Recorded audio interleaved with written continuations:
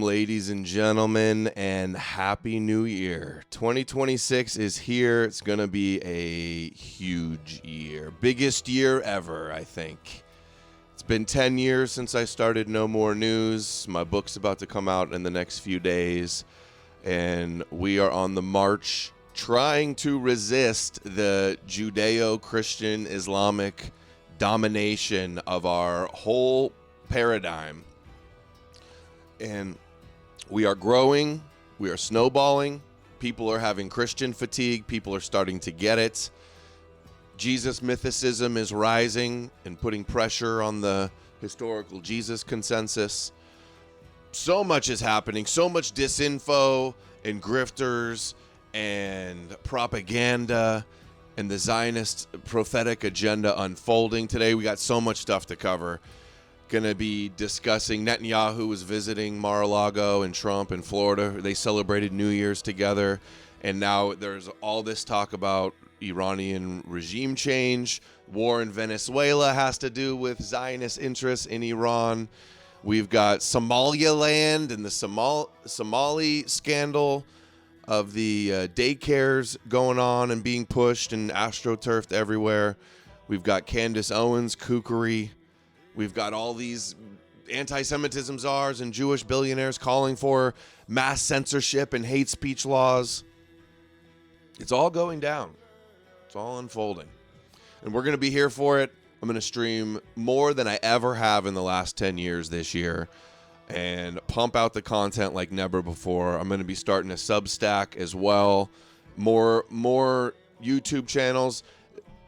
We got to wake up quick and spread the message on this, or we are in big trouble. So, first story today.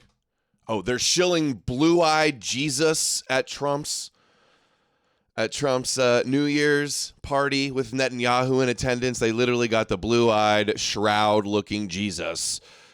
Shilling Jesus so hard. Now, this is the big viral video everybody's been sharing.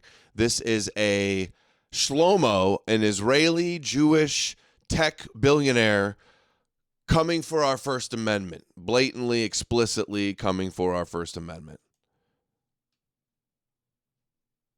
Network, Shlomo Kramer, also one of the founders of Checkpoint, another big cyber company. Shlomo, it's great to have you here. Welcome. Thank you for having me. How is AI, cyber warfare, shaping geopolitics right now? So AI is going to revolutionize cyber warfare, from critical infrastructure.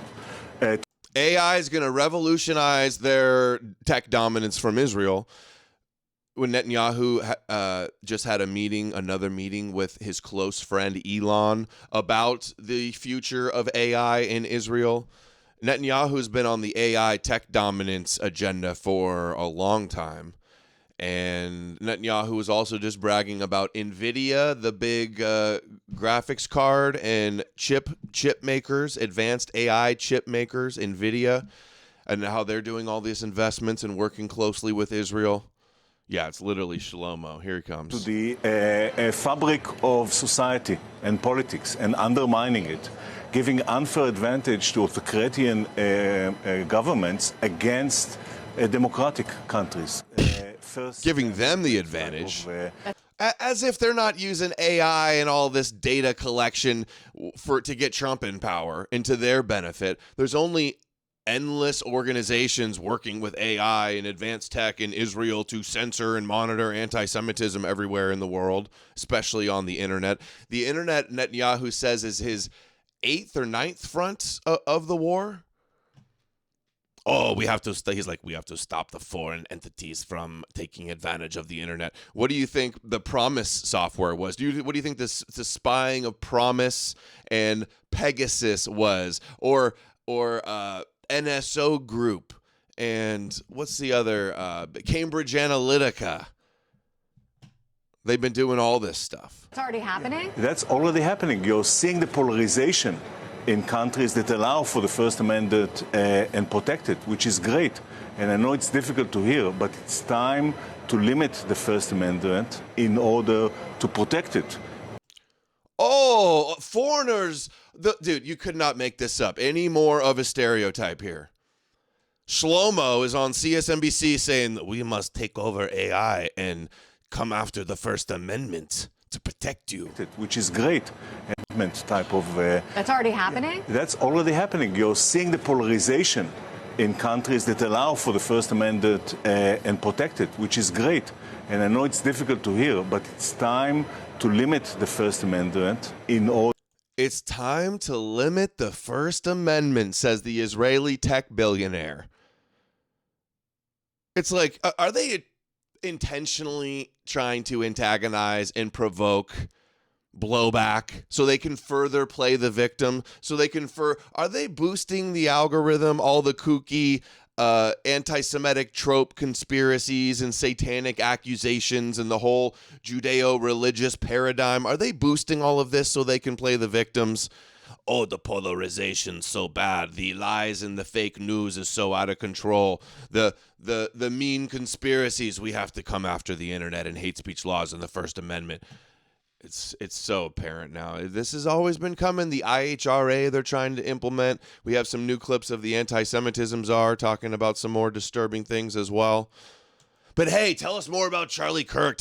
Hey, Ian Carroll's on with Tucker Carlson today talking about the 2017 Las Vegas shooting. While all of this is going on, they got you distracted with angels and demons and prophecies, while their technocratic Zionist state is unfolding, and all we hear, all the opposition is being led by kooks that get everything wrong. They're Khazarians. They worship the devil. They're drinking baby blood. They killed Charlie. They get all of the wrong things, and then they end up getting away, as they always been doing, with all the real things. Immortal Al says, let's limit the kvetching. Who's kvetching? Mine? Countries. First Amendment type of. That's already happening? That's already happening. You're seeing the polarization in countries that allow for the First Amendment and protect it, which is great.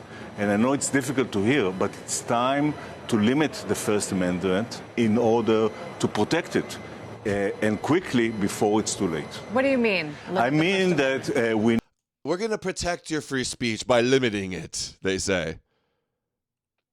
Need to control the platforms, all the social platforms. We need to stack. We must control all these social platforms.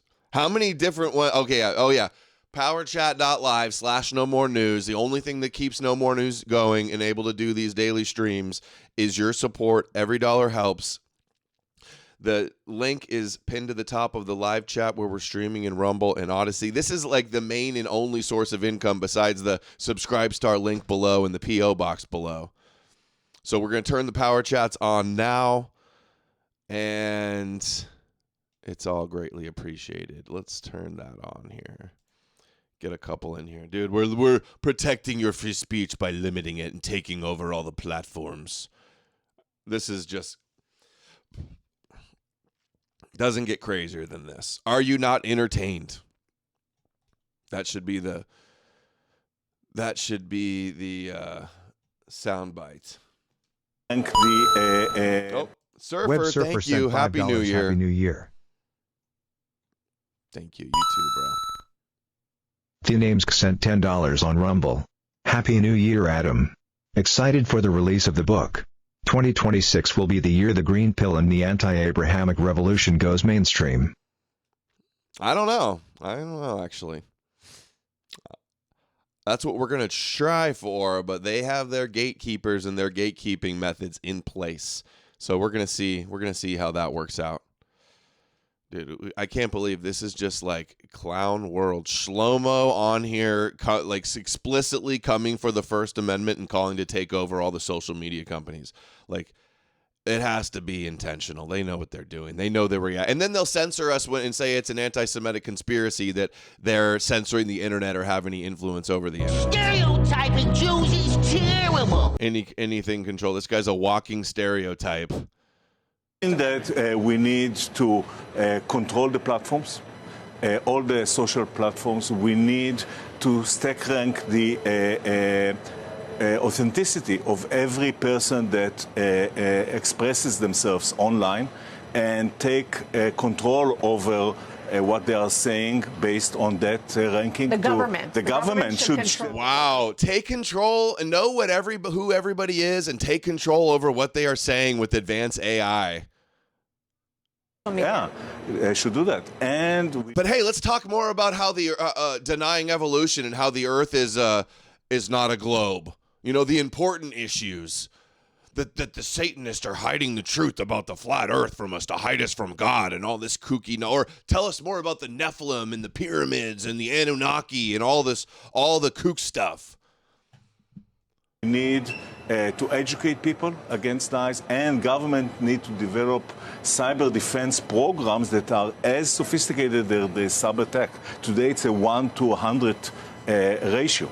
And really, government are not doing this today at any rate. And, yeah, right. Enterprises are left fending from well, themselves. The technology is moving much faster than the political system typically can to respond to so it. you need to use technology in order to stabilize the political system, and you need to put adjustments that are perhaps not. I mean, we're at a point, though, necessary. right? I mean, I can go on Instagram or TikTok, and frankly, it already is becoming unclear what is fake and what is real. Exactly. And once you eliminate that ability to discern truth from fiction, then what are you left with? You're left with polarization of society and inner fighting, and you have to control that. And you see that already happening. Jenna sent $5 / Thank you, Jenna. Thank you, Jenna. See what they're using as the pretext of all these botted fake news accounts online that share the fake AI videos and spread the deliberate propaganda. That's being allowed to flourish and fester so that they can roll in with the solution of cracking down very strictly with an iron fist with the AI. That's what they're doing. They're creating the justification for the pretext for the big rug pull and for the hammer drop. So this is an urgent need by the government to do that. And until then, enterprises are buying by themselves more and more cybersecurity solutions, but they can't afford all these solutions by themselves. So they are looking for ways to deliver a more efficient consumption. And I assume you have some of those ways, obviously. Right. So, and that drives really the next generation of companies such as Wiz, CrowdStrike, Cato networks on the network that are platforms and are able to deliver this extended need for security in an affordable way for enterprises. For enterprises, right. Not for governments. Not for government, but government need to start building their programs. And the same tools can be used also by government. But the two leaders in AI, one is China, which obviously already is using AI to control the population. Yeah. And here we're all out in a race with China. And so we're not as interested in regulation right now, certainly not at the state level, for example. And that's a big mistake, because if China has a single narrative that protects its inner stability, and the U.S. has allows for multiple narratives, it puts them in an unfair advantage that long-term is going to cost the stability of the nation. So changes must be made. And the thing is there's some truth to that, actually, because all types of foreign actors, Russia, China, Israel, they can all, because we have like a free and open Western society, they're able to infiltrate and have their agents and inject their propaganda and cause division and chaos. Whereas America can't do that. America doesn't control TikTok. They don't have TikTok and American TikTok and Twitter in China. They don't have foreign people controlling their algorithms and allowing that type of free discourse. So then they're using that half-truth to justify like the complete takeover of the internet here. So it's all Zionist in nature. Like, remember the former Prime Minister Naftali Bennett said when they were editing Wikipedia, he's like, it must be balanced and Zionist in nature. 2014, Netanyahu, 11 years ago, he was already saying that they need a UN of the internet, like an international body to for cybersecurity in a global internet world. And then he also said, and Israel is like the leading nation and will lead it. So it's just total mask off. Exactly how I would expect 2026 to start off, with a Shlomo coming for the First Amendment and total internet AI takeover. Netanyahu, in his visit to Florida, visited a Chabad synagogue in Miami, where he explained what I've always been warning, that they're never again, never forget what Amalek did to you, is the justification to wage war and destroy anybody that stands in their way. It's the rising kill first Mossad Zohar Kabbalistic mantra that he illustrates here. Speaking to Chabad, didn't he meet with Chabad last time he came to? Somebody did. It might have been Ben Gavir went and spoke. Yeah, he went to Chabad and was like, build a third temple. Say to the entire world, never again. Never again. Never.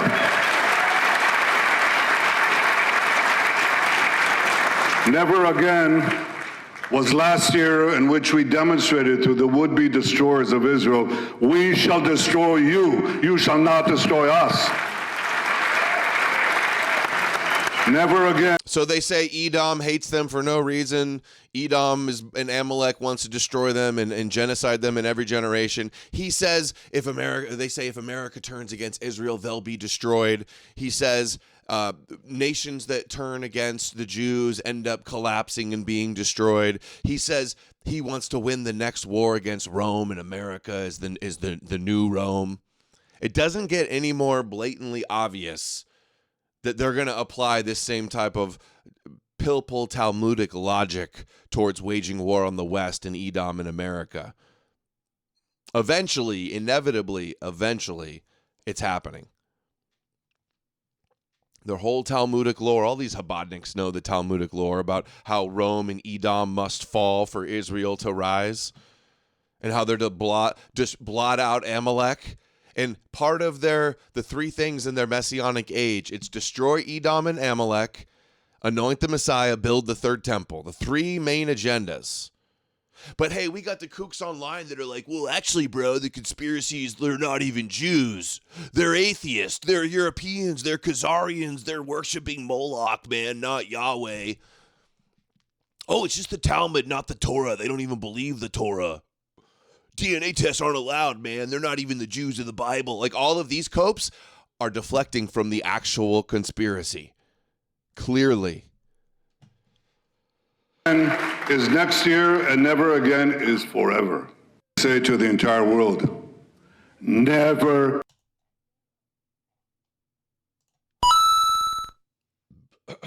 The names sent $5 on Rumble. I saw on the last stream someone brought up Vincent James having to quit streaming because he wasn't making enough. Crazy. Good thing you have loyal supporters who've been watching a while and show up. If it weren't for you guys, there would not be a No More News, and there Optics would be Prime sent $5 on Rumble. a whole lot more Jewish and discourse everywhere. And again. Yeah. Yep. Yeah, you know, also, I think Vince going so deep in with the Groypers just like are all obsessed with Nick. It's all about Nick. So like Nick can make 10,000 in super chats a night, but then they couldn't support Vince with like a few hundred, and he wasn't able to keep doing it. That's really what it came down to, because it's all about Nick. Nick didn't help him either. After years and years of Vince being his Nick's big booster and supporter. Back when I learned of Nick because of Vince James. Vince tried to when I met him, he tried to set up a debate between me and Nick on Trump in like 2017, and Nick didn't want to do it. He was scared, even though he had like 100 people watching him live and had no following at that point. Me and Vince had way bigger channels than he did, and then now it flipped, and Vince is gone, and you never even hear Nick say a word about it. Okay, so here's Trump now. A few months ago when Trump bombed Iran, Trump was like, "I'm the peace president. Give me the peace prize. Total obliteration. Their nukes are gone. Mission accomplished. The 12-day war is over. I brought peace to the world." And everybody's like, see, Trump didn't start a new war. There was no boots on the ground, all this talk. And I'm like, you guys think this is over? You think that like he's just going to bomb them and then it's going to be over and done with and we're just going to move on? They want regime change. So now Netanyahu comes and visits, and then now Trump's on the podium the other day saying, oh, if Iran, I'm hearing Iran's building back up their nuclear arsenal. And now Trump says, if Iran shots and violently kills peaceful protesters, which is their custom, the United States of America will come to their rescue. Oh, we just care so much about the freedom fighters in Iran, right?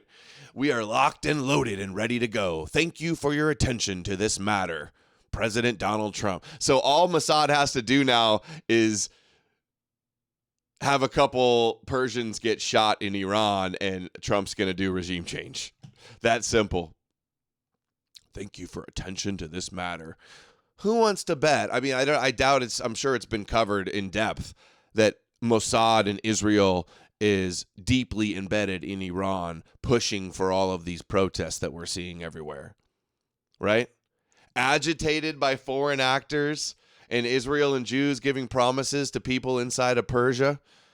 You know that's happening. You know they're behind that. And then if they try to squash it, oh, it's regime change.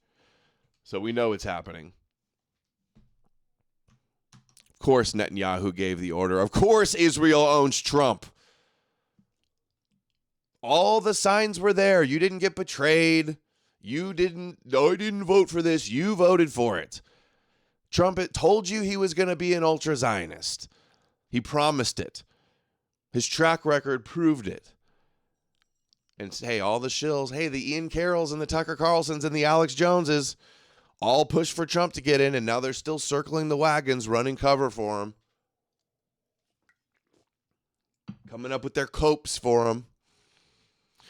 So, breaking Iran hit by nationwide protests.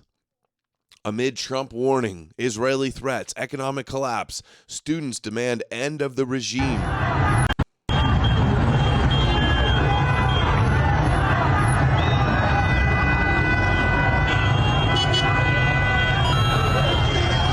Anonymous sent $10. They are so insane. Rome does not descend from Edom, and the Amalekites are already gone. So they pivot the West as spiritually Edom or spiritually Amalek as justification to attack. Dangerously insane people. I completely agree. You're totally right. And then they cry about, oh, blood libels, and oh, you want to destroy us, and it's a law of nature, you hate us. They're inverting when that's all projection of what they actually do about us. Yeah, students, exactly. If anybody thinks this is genuine and organic and not heavily due to CIA and Israeli Mossad agitating, you are retarded.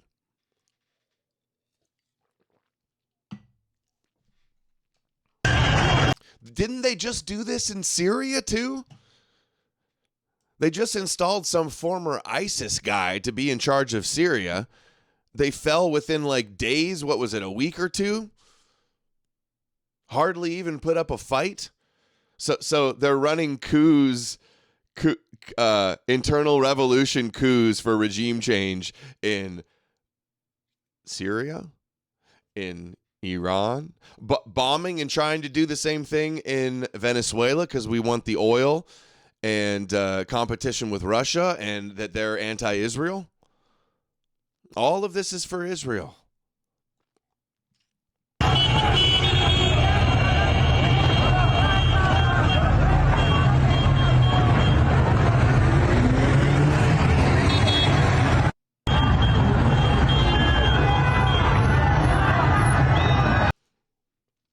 If they take Iran down, which they're gonna, and one reason it's gonna happen is because Islam, because because they're an Islamic country, they're able to scapegoat them and make them look like the radical jihadis. Using their Ishmael religion, they're able to scapegoat, and then people go like, because most common sense people like, oh, I don't want mullahs, and I don't want it to be a hardcore Muslim theocracy. I want, most people want democracy and freedom and stuff. So using the Islamic scapegoat, it's going to make it easier to push for this also.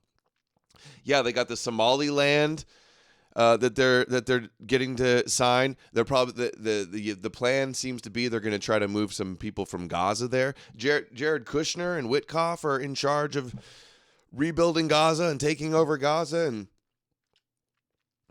Trump claims there's going to be no annexation of the West Bank, but meanwhile, he's not stopping any illegal settlements, and they are gonna annex their illegal settlements territories.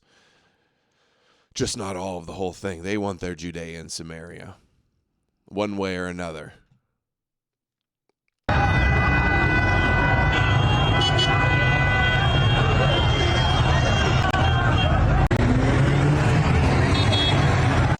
Once they get Iran out of the way, too, it's just going to be complete hegemony, complete dominance in the Middle East. They'll be able to just do absolutely whatever they want in Gaza. They're bombing all of their neighbors all around. It'll be total. The new Middle East. Remember Netanyahu at the UN with his map, the new Middle East and the Avraham Accords and Eretz Israel. It's all coming. This was the press conference they gave where Trump's already just parroting Netanyahu that, oh, they're building up their nukes again. We're going to have to bomb them, more B-2 bombers. You know what's going to happen. Don't forget, we made the plan possible by taking out Iran. And speaking of Iran, I hope they're not trying to build up again, because if they are, we're going to have no choice but very quickly to. If Bibi tells me they are, then I have no choice. You know, I just thought something funny, too. It's like Trump is like, oh, if Iran shoots one protester, like, we're coming in. We're locked and loaded. But meanwhile, all the MAGA people are like, oh, Antifa and BLM wants to riot. Well, shoot on command, right? They'll say that shit for protesters and revolutionaries and insurrectionists in America, right? But then if it's Iran and it's agitated by Mossad, it's just, dude, it's so obvious where the wind is blowing with this. Bibi tells me they're building up their nukes again. We told you that it was mission accomplished and we destroyed all of them, but turns out we were wrong. We got to bomb some more. And actually they shot a protester, so we're going to need to have regime change. Dershowitz, we're going to play the clip too. Dershowitz is like, Trump is not the peace president if he doesn't bomb Iran some more.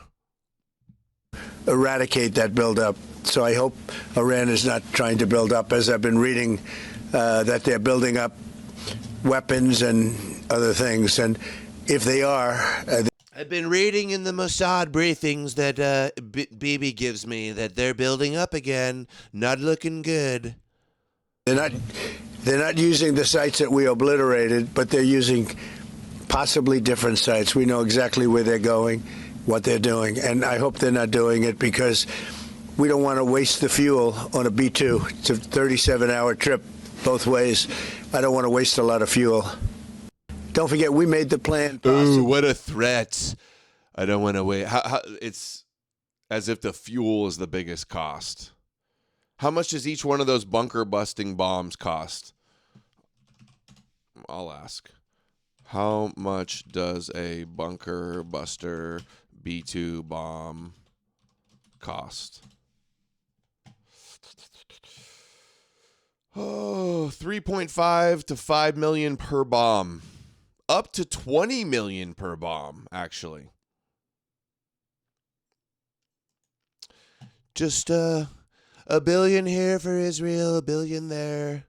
It's all right. We're in 40 trillion debt. Doesn't really matter. We're going to write it all off with Bitcoin.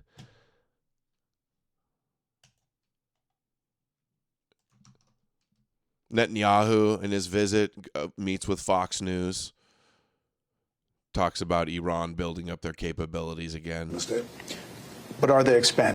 How much has Iran rebuilt its nuclear and ballistic missile capabilities since June? Well, it's trying to, and the president was correct when he said that, you know, the Fordo thing was obliterated, so they're trying other sites. They'll try that. They also are trying to recover their ballistic missile production facility. It's not, we set them back considerably on both areas, but yeah, they'll try. And I think the president was right to tell them, hey, don't. That's basically what his message was.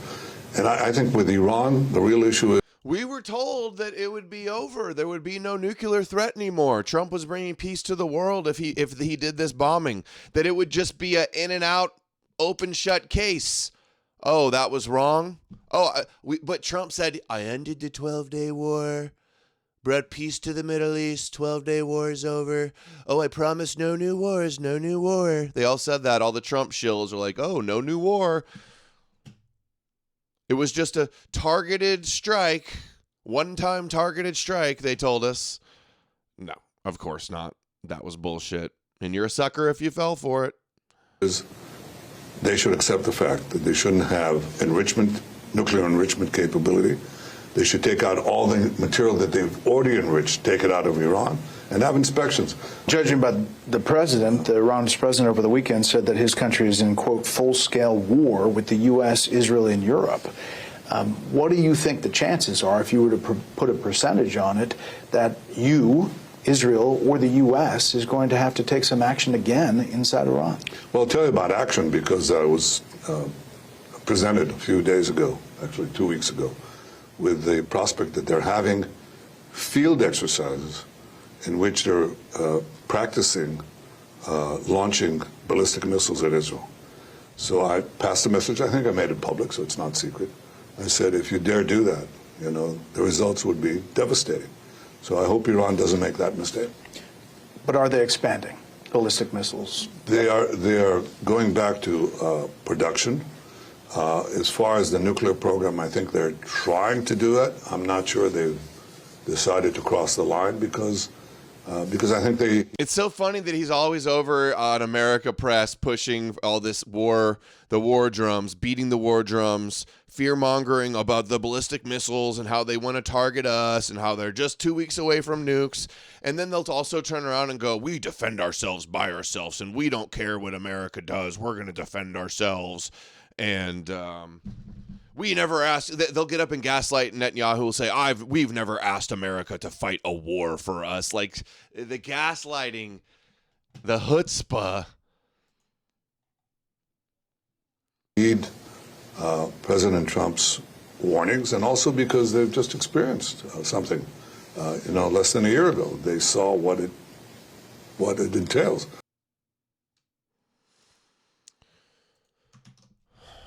Dershowitz just the other day. So remember, Dershowitz very close with Netanyahu, close with Chabad, close with the Adelsons.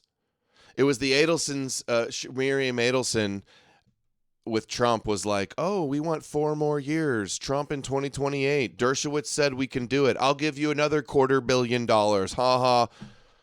Oh, we're all Israel first. Yeah, what are you going to do about it, Goy? That's what it feels like, them flaunting it around everywhere. And the gaslighting, and then trying to flaunting around everything they do, and then trying to pass laws that it's anti-Semitic to notice it and talk about it and acknowledge it. Epstein's lawyer, Dershowitz. Trump and Epstein's lawyer, Dershowitz, and the Adelsons.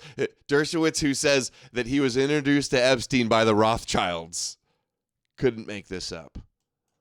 So, of course, he's pushing for regime change and gaslighting Americans. Thank you, Immortal Al. Sent $10 on Rumble. Happy New Year, Adam. British Israelism taught that Anglo-Saxons descended from the lost tribes. How much has this belief influenced Western support for the Jews and the State of Israel? I don't know if it did all that much because it wasn't that widespread. And that was only for a short period of time. It was never like that, the dominant Christian view to be like that. And the ones that did believe that they would want to go and move to Israel, not the Jews or the fake Jews, as they would say, to go to Israel. So I don't know how much of a role that's played. All it's done is played the controlled opposition to that, if anything, like it still does today. Thank you, though. Now, the rest of the world is moving away from Israel. But Trump is moving closer and closer to Israel. And I think he sent a very powerful message to Iran that they better not be developing the capability of sending rockets to Israeli civilian cities, and developing more nuclear weapons, because if that happens, there are going to be more B-2s. But, Israel doesn't even need American support. Well, you don't have B-2s, so you do need us. He's threatening Iran, saying Israel could have an illegal nuclear program. They could be one of the biggest arms producers and dealers in the world. They can create and engineer some of the most advanced weapons. But no, Iran, they can't have missiles. They're not allowed to have a military. No, that's not allowed. If they could reach Israel, that's not allowed. There's going to be more B-2. Dude, the fact that out of one side of his mouth, he can say, make threats with B-2s and then turn around and say Israel doesn't need America's help. That's why we bombed them with our B-2s last time. You don't have B-2s. You want us to give you the B-2 bombers. And it is going to be us doing this. Your weapons, because if that happens, there are going to be more B-2s. But, Israel doesn't even need American support. All Israel needs is the green light from Donald Trump to go in on its own and destroy Iran's. Yeah, right. As if they care about having Trump's permission to do anything. They've publicly said they don't need permission and don't care. They're going to do whatever they got to do to defend themselves, and they don't care what America says. So they need the green light from Trump. This is the way of getting the green light from Pilate so they can scapegoat Edom in the West and America's political system for what Israel does some more. Israel doesn't need your help. Is that why you have so many lobbies pushing for military aid all the time? Because you don't need our help? On its own and destroy Iran's nuclear facilities. Look, in the end, and this didn't come up today, but there'll never be peace in the Middle East unless there's regime change in Iran. The current Iranian regime is the major barrier to peace in the Middle East. And if President Trump wants to be known as the peace president, he has to be in support of regime change. And then there can be deals with Saudi Arabia and all the other deals. Now, the rest of the world is moving away from Israel. But if you want to be the peace president, you must go to war with Iran. That's what I heard. Netanyahu says Iran is trying to build up its nuclear facilities. We set them back considerably. Oh, wait, we watched this already. Because I was presented a few days ago. So I hope Iran doesn't make that mistake. Hold on. This is 2 minutes. Did we do the... Yeah, we already did that one. Shoot, let's close that. Here, Owen Schroyer says, here's your deep state. Netanyahu, a little compilation of Netanyahu through the years pushing for this Iran war. And this isn't some idea Netanyahu came up with. This is Gog and Magog. It's not an accident that he's been pushed. People will be like, the prophecy, man, the all the puzzle pieces in place. The board is set, just like the Ezekiel and Zechariah foretold, just like the sages foretold. The war between Persia and the West and Gog and Russia. He's been agitating this for decades. If not stopped, Iran could produce a nuclear weapon in a very short time. It could be a year, it could be within a few months. They have the wherewithal, the stored up, preserved knowledge to make a bomb very quickly if they wanted to do it. Iran is so dangerous. Weeks away from having the fissile material for an entire arsenal of nuclear. Dude, this is 2015. He said they were weeks away. 2025, 10 years later, they're still telling Trump they're weeks away. We got a bomb right now. In 2 weeks, they're going to have it, and they're going to nuke Israel off the map. And you will be cursed if you don't defend Israel. Like, the internet, these clips are out there. You know it. Israel and Mossad knows these compilations are out there, and they don't care. They keep lying, and then everybody knows they're lying, and it doesn't matter. Bombs. They're very close. They're 6 months away from being about 90% of having the enriched uranium for an atom bomb. 2012. Iran is gearing up to have 2006 bombs, atomic bombs a year, 250 bombs in a decade. Ladies and gentlemen, time is running out. 1996. Of producing alone, without importing anything, nuclear bombs within 3 to 5 years. 95. And over again, Iran says, we are not doing that. We don't want nuclear weapons. They tried to build just like a little bit and enrich the uranium just a little bit so they could have nuclear power. Nope.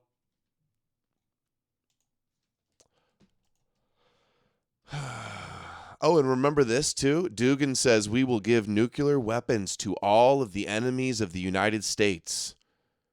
And if they're ever used, Moscow would be who authorized the detonation. Just in, I'm not sure if this is true. I mean, it's current report. I don't know who the fuck that is, but I wouldn't doubt it because Russia did threaten this after we bombed their facilities.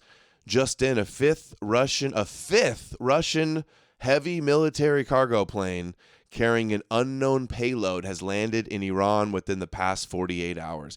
That's the other reason I was saying, what do you mean this war is over? You think that Trump's just going to bomb them and that's going to be, that's the end of it? Right after that happened, I think it was one of the top guys in Russia. It wasn't Putin. It was one of the top guys was like, oh, we will send them some nukes and missiles. That's what they said. Lavrov, maybe? The one that said that? Or the other top guy? I can't remember his name right now. Oh, let's find that Dugan clip too. I think it's in here. Thought it was in here. Of him saying that. Watch, maybe I got to do a view quote.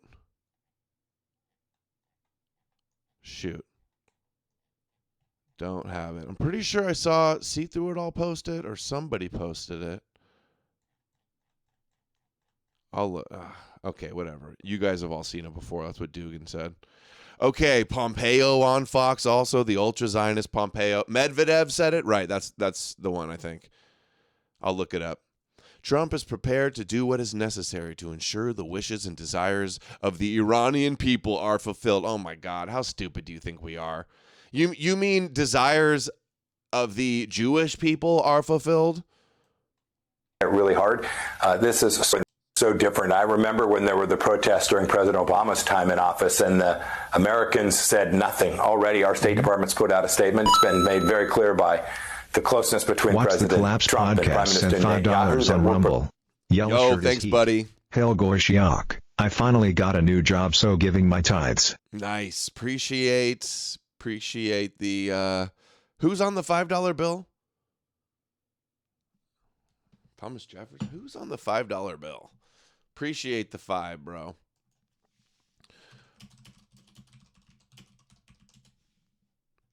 Lincoln. Lincoln's on the $5 bill, of course. Thank you for the Lincoln, bro. Prepared to do the necessary to make sure that the Iranian people's desires and wishes can come true if they'll go work at it really hard. This is so different than what we saw, over 15 years ago. So different. I remember when there were the protests during President Obama's time in office and the Americans said nothing. Already our State Department's put out a statement. It's been made very clear by the closeness between President Trump and Prime Minister Netanyahu that we're prepared to do the necessary to make sure that the Iranian people's desires and wishes can come true if they'll go. The Iranian people's desires.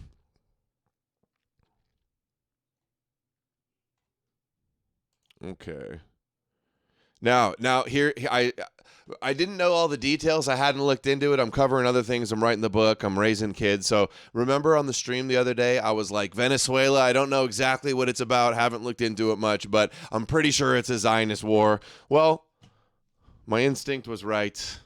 Hard to go wrong. When you say war is a Zionist war, hard to go wrong. But Netanyahu says Iran is conspiring with the Maduro regime. They are exporting terrorism to the U.S., and they want Hezbollah and Hamas to infiltrate the United States. So this is the propaganda. Hezbollah and Hamas, we've had an unbelievable success, and by degrading Iran, which was a first-rate power, now it's a second-rate or third-rate power. They were throwing their weight all over the place, exporting terrorism, not only to every part of the Middle East, but to Venezuela. They're in cahoots with the Maduro regime, There you go. They're in cahoots. That's why we're gonna go into Venezuela. That's why we are not gonna go into. We're already bombing Venezuela, right? Exporting terrorism to America, to the American hemisphere, and then they want these. Thank you, Beowulf. Beowulf 914 sent $20 on Rumble. Trump literally said it's about the oil. That's the big factor. Oil and the fact that they're critical of Israel and aligned with Russia. Hamas to get their guys into the United States. So Hamas... They can pull a million reasons out of their yarmulke. They pull the same card they always pull, terrorism. It's terrorism.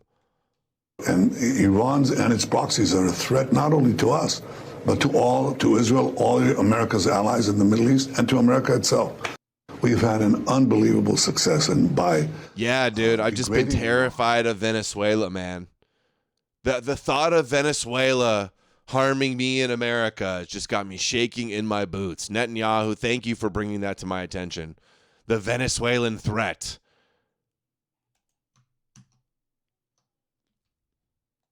Now here's dude, these interviews that Netanyahu does, he just goes on, and every one of these journalists just glazes him and throws him softballs, and never asks a hard question unless it's a setup just for him to address with his Hasbro talking points. Here they are talking about West Bank. My wife.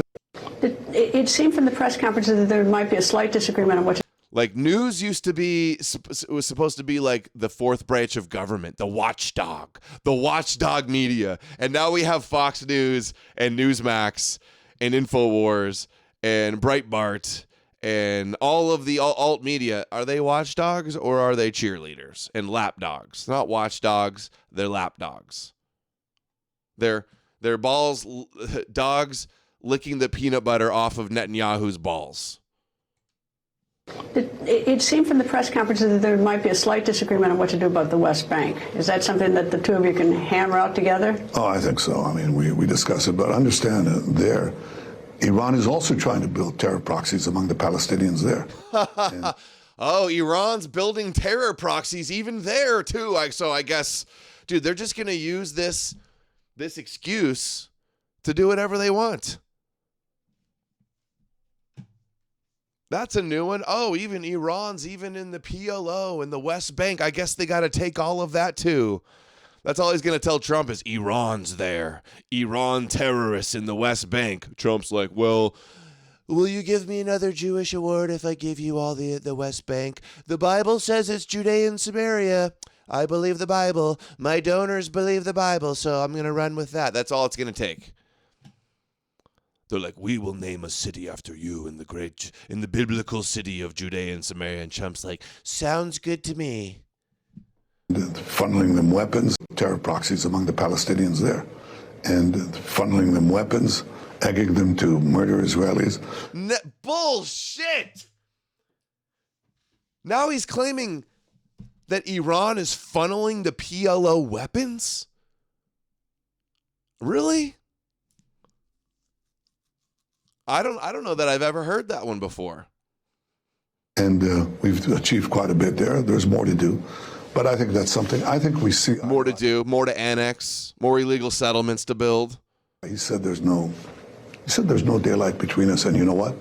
There really isn't. I mean, yeah, of course we can discuss things, we do. And he said I'm difficult sometimes. Yeah, well, you know... Your wife probably thinks that too, right? My wife thinks I'm difficult. I imagine. I'm the perfect... What are you talking about? Well, you know... All right. Greta did not kill herself after that one. God, she's ugly. Dude. She used to be a Fox News too, right? The whole Rupert Murdoch, Newsmax, alt media, MAGA media is just all so cooked in Zionist. Full spectrum Judeo-dominance. Oh, you want to see the real kiss ass? Here we go. Minister, my president immersed in all those, the pardon, the discussion of pardon. President Trump thinks, frankly, I do too. I can't imagine having my prime minister, my president immersed in all those fights that I just laid out and worrying about a couple bottles of champagne or something. I mean, I know this isn't I'm not Israeli, but to me, as an outsider, I think, you got to be kidding me. But anyway, are you going to get a pardon? Well, I don't know. We'll find out very soon.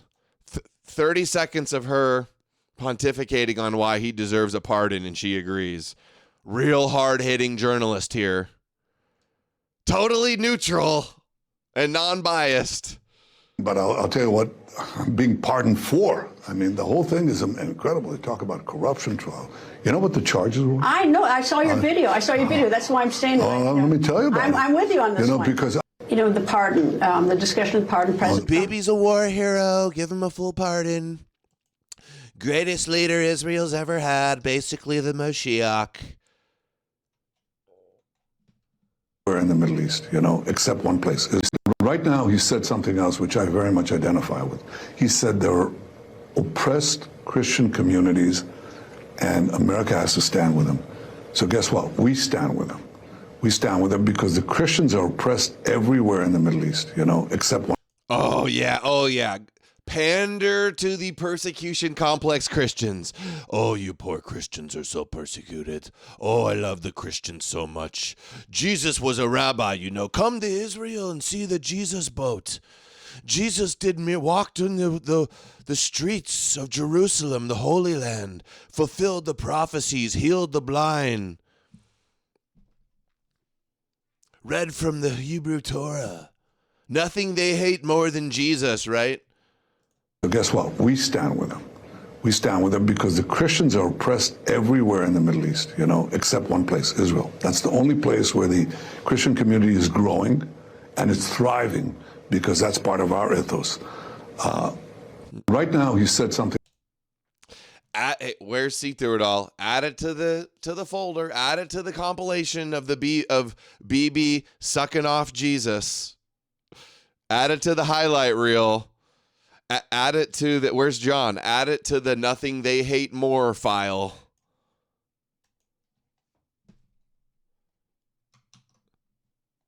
Who doesn't want the continuation. Let's talk about the ceasefire and where it stands.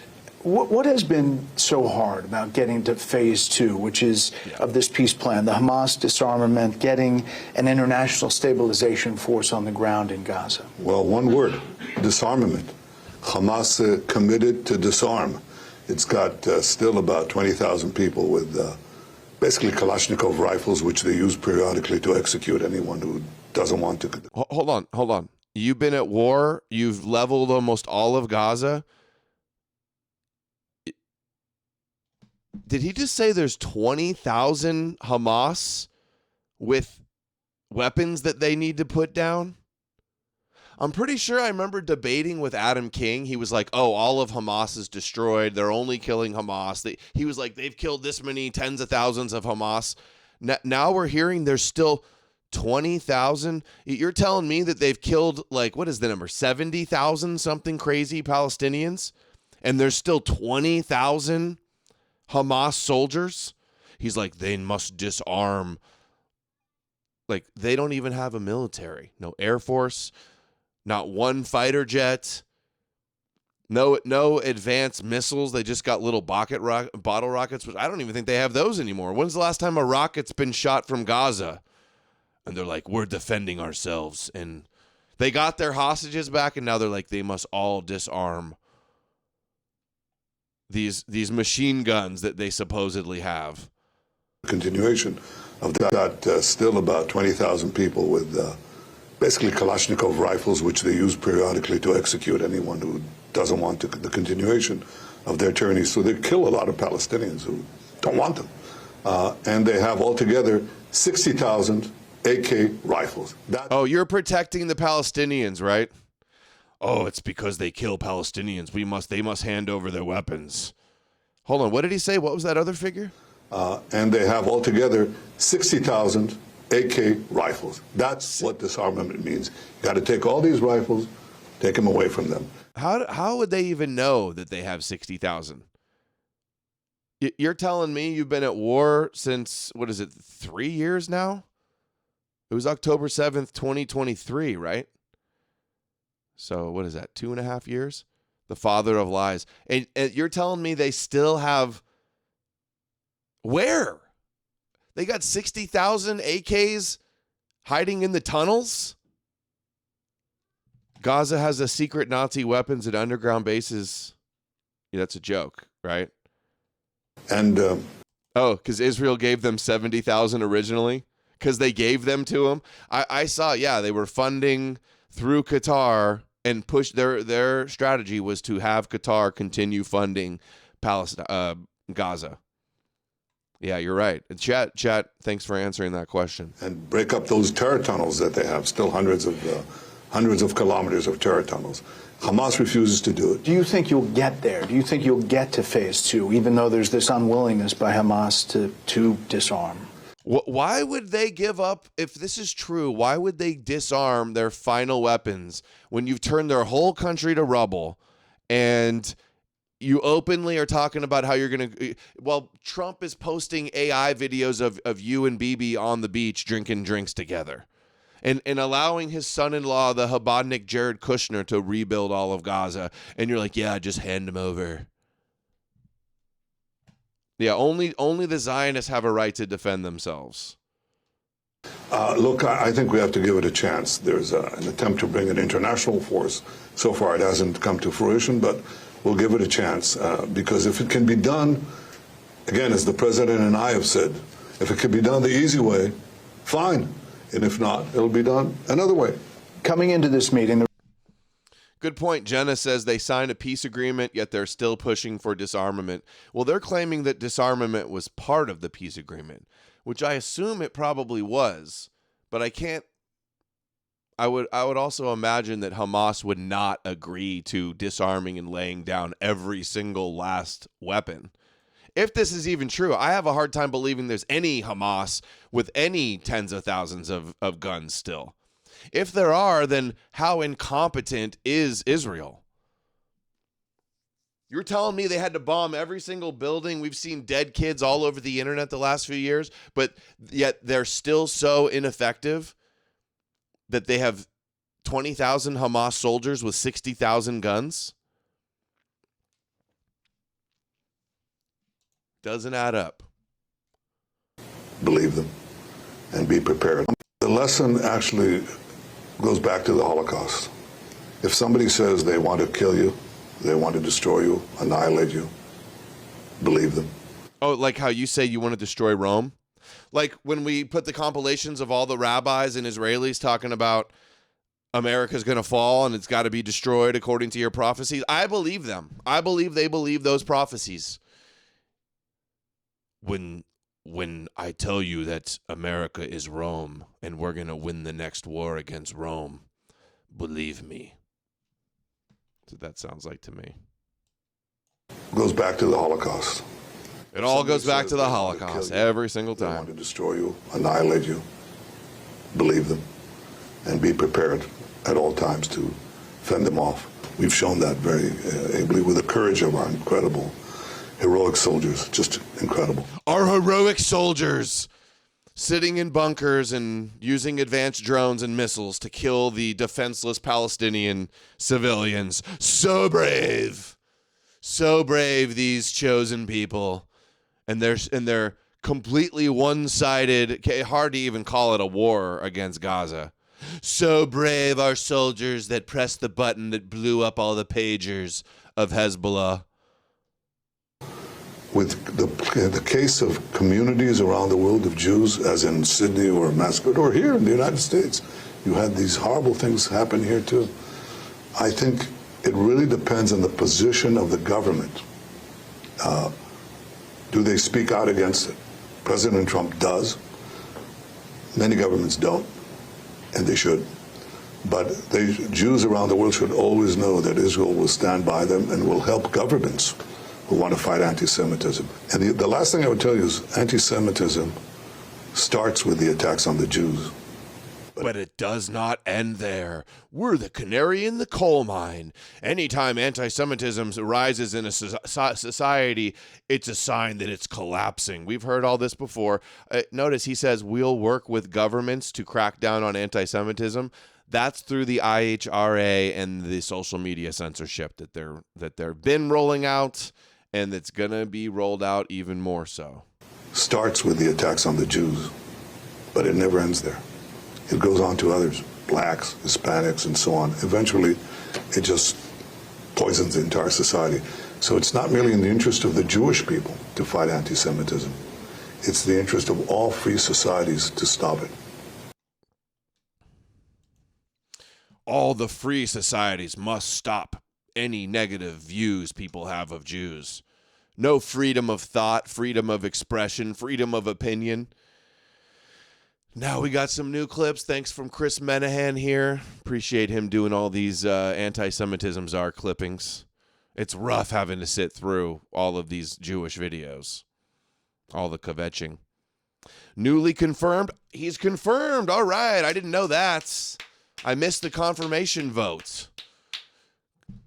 Nobody's talking about it, apparently. Everybody's too busy talking about kooky distraction disinfo theories. Anti-Semitism czar, Chabad rabbi, introduced to Trump by, who was it? Adelson's, praises Europe's hate speech laws as, quote-unquote, some of the best on the books, and laments that they're not being effectively enforced.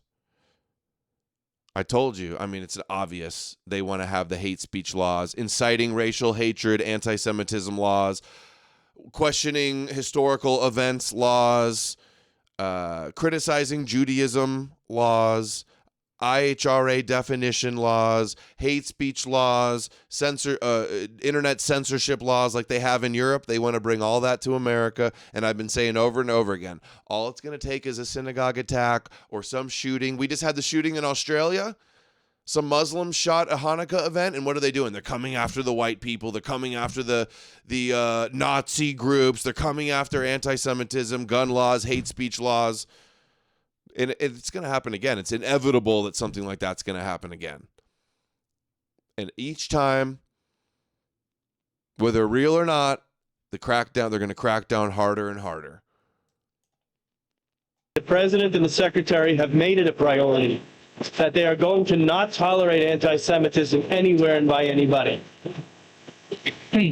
The amount of hate speech that we've seen during this time. Hate speech. Hate speech. I mean, it's off the charts. You look through social media, you see it even on television. The lines, they're not even blurred anymore. They're gone. How do you even begin to tackle such a phenomenon? Well, I think you have to have an understanding that, first of all, in this country, we believe very strongly in free speech. It's the basis in our Constitution. Sure. And we also believe in the freedom of religion. You have to balance that. But you balance that in two ways. Europe has hate speech laws, probably some of the best on the books, but it's selectively enforced. So if you selectively enforce a rule... Yeah, it's nobody goes to jail for hating white people. It's only for hating immigrants or Jews. What are you complaining about? You don't think the enforcement is going enough in the Jews' favor? Are you kidding me? There's anti-Jew laws in Europe, not anti-white laws. Anytime they say, oh, we believe in free speech, they're about to try to take away your free speech. Anytime they start with that. It reminds me of Ronald Lauder, too, the World Jewish Congress. He's like, we need laws. We need strict laws. Dory Gold's at the UN, like, it must be criminalized. The anti-Semites must be punished. And we also believe in the freedom of religion. You have to balance that. But you balance that in two ways. Europe has hate speech laws, probably some of the best on the books, but it's selectively enforced. So if you selectively enforce a rule, it's not going to have any effect whatsoever. And you can see how it's had no effect in Europe in monitoring and stopping the hate. So it's not necessarily the laws to mandate hate speech. We have to get back to having the media being accurate. Because if you take a look, when the New York... We need to get back to controlling the media. We played the clip with the Jews the other day, these two Jews, and they were like, it's not the 1980s anymore where we can control a couple of the networks. Now they got free speech. But hey, a bunch of Jews run the big tech companies too, so we just got to get them to crack down. New York Times had a story, and they had a picture of a malnourished child saying the famine in Gaza. And it was a medically sick child with a lot of history, and they had used other pictures from Yemen. 50 million people saw that article, but yet only 100,000 people saw their apology. That breeds hate. By not having that breeds hate. So we have to do a better job in enforcing and educating people to actually... Vote Animus sent $5 on Rumble. May the All-Father bless you. And you, Autonomous. The All-Father bless all of you. Not blonde hair, blue-eyed Jesus, Jewish Jesus, but the All-Father and Odin. May Odin bless you all and see you in Valhalla. Everything. So we have to do a better job in enforcing and educating people to actually do their own research. Oh, yeah, do your own research. Funny. That I'm sure that'll work. The president and the secretary. Oy vey, not that kind of research. Remember, flashback to a couple weeks ago? He also said that he's going to have a whole division dedicated to battling anti-Semitism on the internet and pushing social media, many of whom are Jewish, better on algorithms. The president is sending a very strong message. Think about it. Ironically, I get off a plane. I am the president's representative, and I am walking off with a yarmulke, and I have kosher food, and embassies will have kosher food. Yeah, sober Jeff Hardy says, do your own research with our sources, Goy. Yeah, research with the parentheses. It is a game changer. The appointment is a game changer. And it's not about history. It's about education. And how do we educate? Indonesia has 350 million Muslims living in the country. How do we change their textbooks? How do we hold the people in Gaza accountable that if America is paying for UN textbooks and supposedly the changes are made, why are those textbooks not being used, and why are they using their old textbooks? We have to teach people it's not okay to educate your kids to be a martyr, okay? And we have to hold those countries accountable. How do we battle anti-Semitism on the internet? How are we doing better on algorithms? What companies can we work with? We are going to have a whole division within the office of the Special Envoy to combat anti-Semitism that is going to work on technology and working with the greatest leaders in technology, many of whom are Jewish and have offered their assistance. The office is going to be revamped. And so teaming up with Jewish big tech to crack down on anti-Semitism with the algorithms. Got it. Look, their stopantisemitism.org is down, sponsored at this event, this forum. The one that pushed to have my YouTube channel mass flagged and my website mass flagged in 2019 or 2020, and then bragged when I got banned. And now it's literally like government ambassador level, State Department. This should be violation of the First Amendment for them to be colluding with a group like that pushed to have me censored. Entirely to be one of the highest profile offices in the State Department, because that's what the secretary wants and that's what the president wants. So we are going to have a very, very strong mandate on education, on protecting people, and how are we able to make a huge difference in combating what goes on.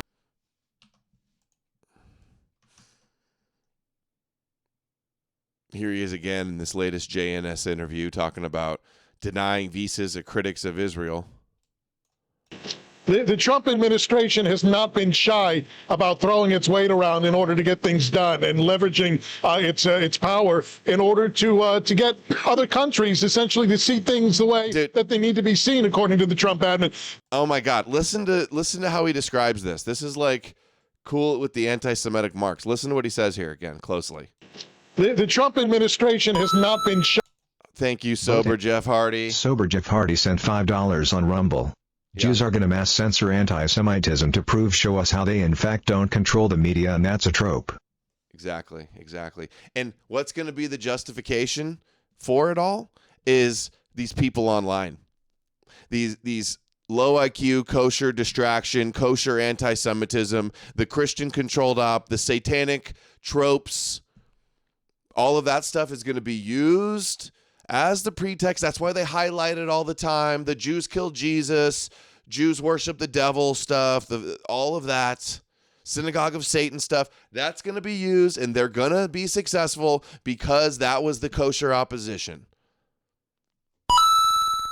Austin Powers sent $5. Keep up the great work, Adam. Looking forward to the book. You're going to love it. You guys are going to love it. You're going to say it was worth the wait. It's going to be big time. the Trump administration has not been shy about throwing its weight around in order to get things done and leveraging its power. Leveraging, so Adelson and the Jews and Trump and Bibi throwing their weight around, leveraging their power In order to get other countries essentially to see things the way that they need to be seen, according to the Trump admin. How do you feel this administration can use that leverage with allies and non-allies in order to try to contain rampant anti-Semitism? So I think two things. Rampant anti-Semitism. If you take a look at what recently the Secretary of State has put out about using migration as part of seeing how migration has affected the policies of governments globally. That's $5 on Rumble. Adam, you red-pilled me recently on how the Aryan Middle Eastern thing doesn't make sense. I'm thinking we use Hyperborean, not Aryan. Indo-European seems to misplace us as well. Hyperborean. Yeah, I red-pilled you on that. I haven't done that deep of a dive on that, but my understanding is it's kind of a mythological thing. Disbelief Suspender sent $5 on Rumble. Thanks for your hard work. Thank you, Disbelief. So yeah, I joke around about Aryan stuff sometimes, but I'm sorry guys, I gotta go handle something real quick. I'm gonna play a short little video and be right back in a minute. Here we go. What is this? Okay, I'll be back in a second. Sorry. Take care of something.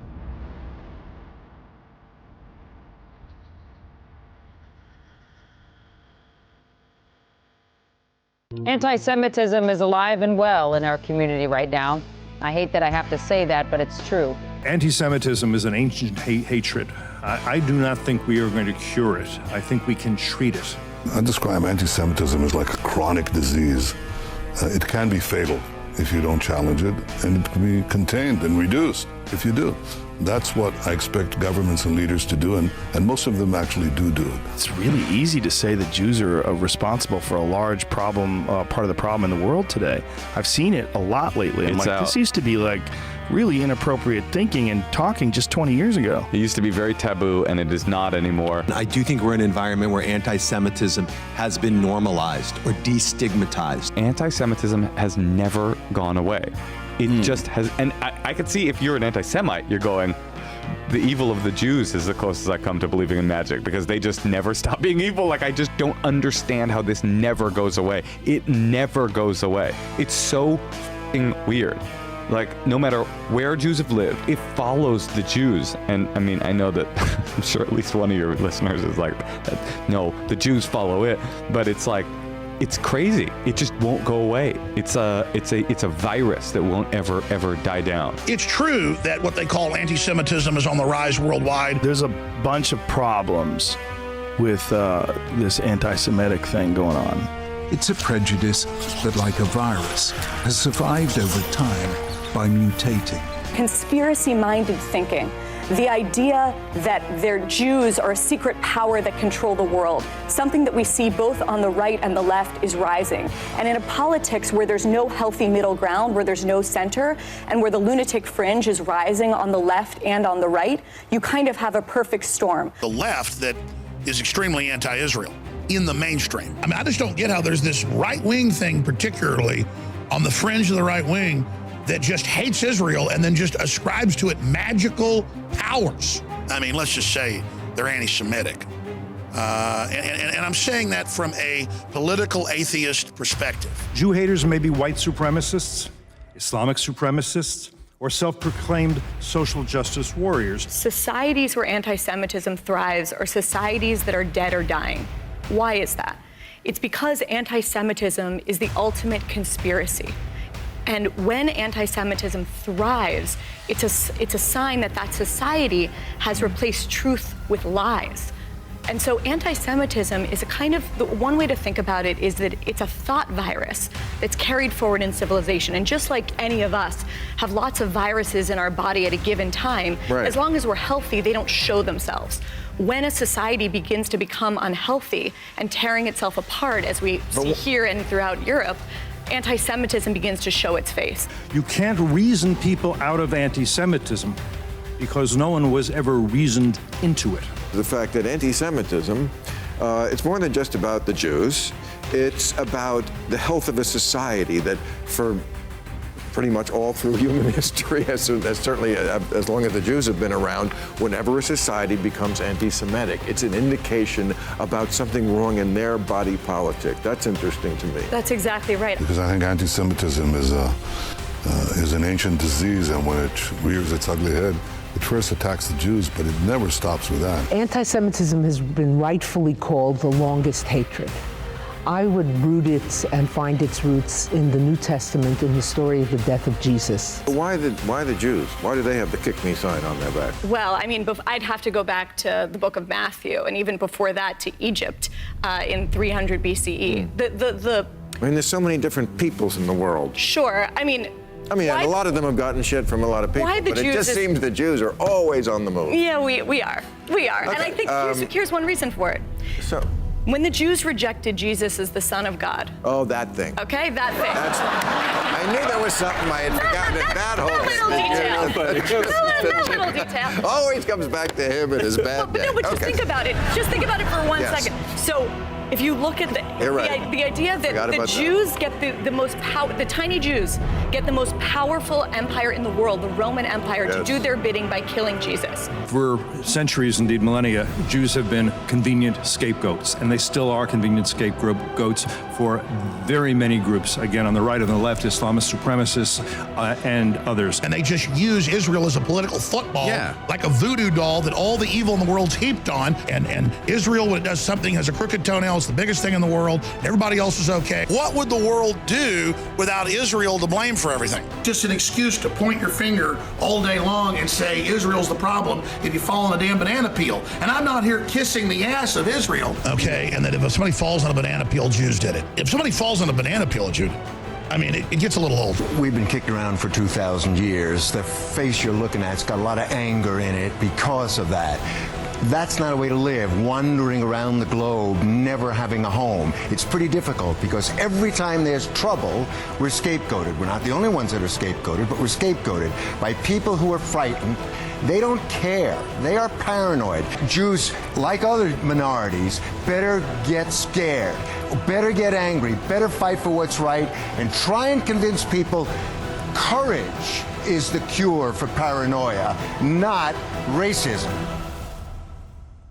When people say that Jews have dual loyalty or that it's all about the Benjamins on one side, or when people say that the globalists are trying to take over Congress and that Jewish financiers are trying to destroy our borders, and people don't call it out, and they say it's okay. So number one, I think it's infecting the public conversation, Congressman, in a way that just wasn't happening a few years ago. If you look at the anti-Semitic tropes that we see now, what is the Jew?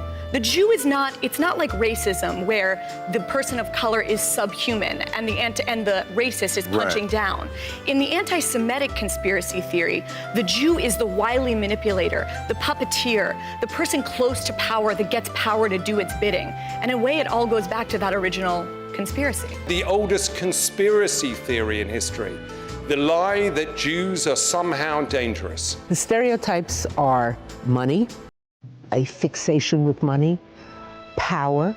They have smarts in a malicious kind of way, conniving. The greed issue continues. Then you follow control. Jews want to control the world for their interests. It could be money or whatever. That's this conspiratorial. Jews are on the top of the hit parade of conspiracy. So that, for example, we're in an economic crisis. In Europe, over 30% believe that Jews are responsible. In the United States, 1 out of 5 Americans believes that Jews are responsible for the economic crisis because they see Jews in Wall Street, they see Jews everywhere. Control of Hollywood is big. The whole conspiracy that, and you'll find conspiracies anywhere. So if you don't like something that's happening, maybe you screwed up, you did something wrong, it's because the Jews are behind it. It's the Jews who are controlling finances. It's Jews controlling foreign policy. There is also a canard that's out there, very big, about loyalty. The Jews are not loyal to their community, but not loyal to their country. 30% of the American people to this day believe Jews are more loyal to Israel than the United States. In Europe, it's 60, 70%. In Poland, 60% believe that 10,000 Jews are not loyal to Poland. In Norway, the 5,000 Jews, it's 70%. So that's a canard which goes to the essence that you can't trust Jews, you can't rely on them. A survey of over 50,000 people in 96 languages in over 100 countries. About a quarter of the world's population holds views of Jewish people that are, by ADL standards, anti-Semitic. Anti-Semitism, has been said, is sometimes called the oldest hatred. It isn't new. Jew hatred is as old as the Judean hills. Okay, you get the point. That's an old mix I made in 2019 about anti-Semitism. And look how it's unfolded and where we're at today. The fact that visas, we can look at someone, it's a privilege to come to America to visit or to study or to work. You just can't be a person who hates, then come into the country and foster and sow discord. This has been the greatest administration from day one. The president has laid out his agenda, together with the secretary, about how to keep Americans safe. And secondly, how to keep students on college, how to stop the rhetoric of hate, that it's not okay. What has gone on in the past year, seeing universities in record numbers approaching the government because they don't have an option. They're funding. Everything is being done. You have a measuring stick. You have accountability. And that's what the president has done, not just in the United States, but even abroad. The UN now has accountability. UNRWA is not being funded by the United States. Why? Because they helped fund terror. There was no transparency. Instead of funding schools, they ended up funding a tunnel network in Gaza that harmed people. So now there's accountability. And my job is to enforce and work to make certain that people will be held accountable about monitoring and combating global anti-Semitism. Confirmed. 2026 is going to be fun. This guy got confirmed. You know, I want to look up when he got confirmed. How did I not even see that? Confirmed. Press release. December 19th. Okay. Missed it. Now, this is another one, another different organization. The Tikva Fund. Tikva means hope, I believe. That was the name of the red heifer that they burnt to ash for to rebuild their third temple. Tikva. Justice for Tikva.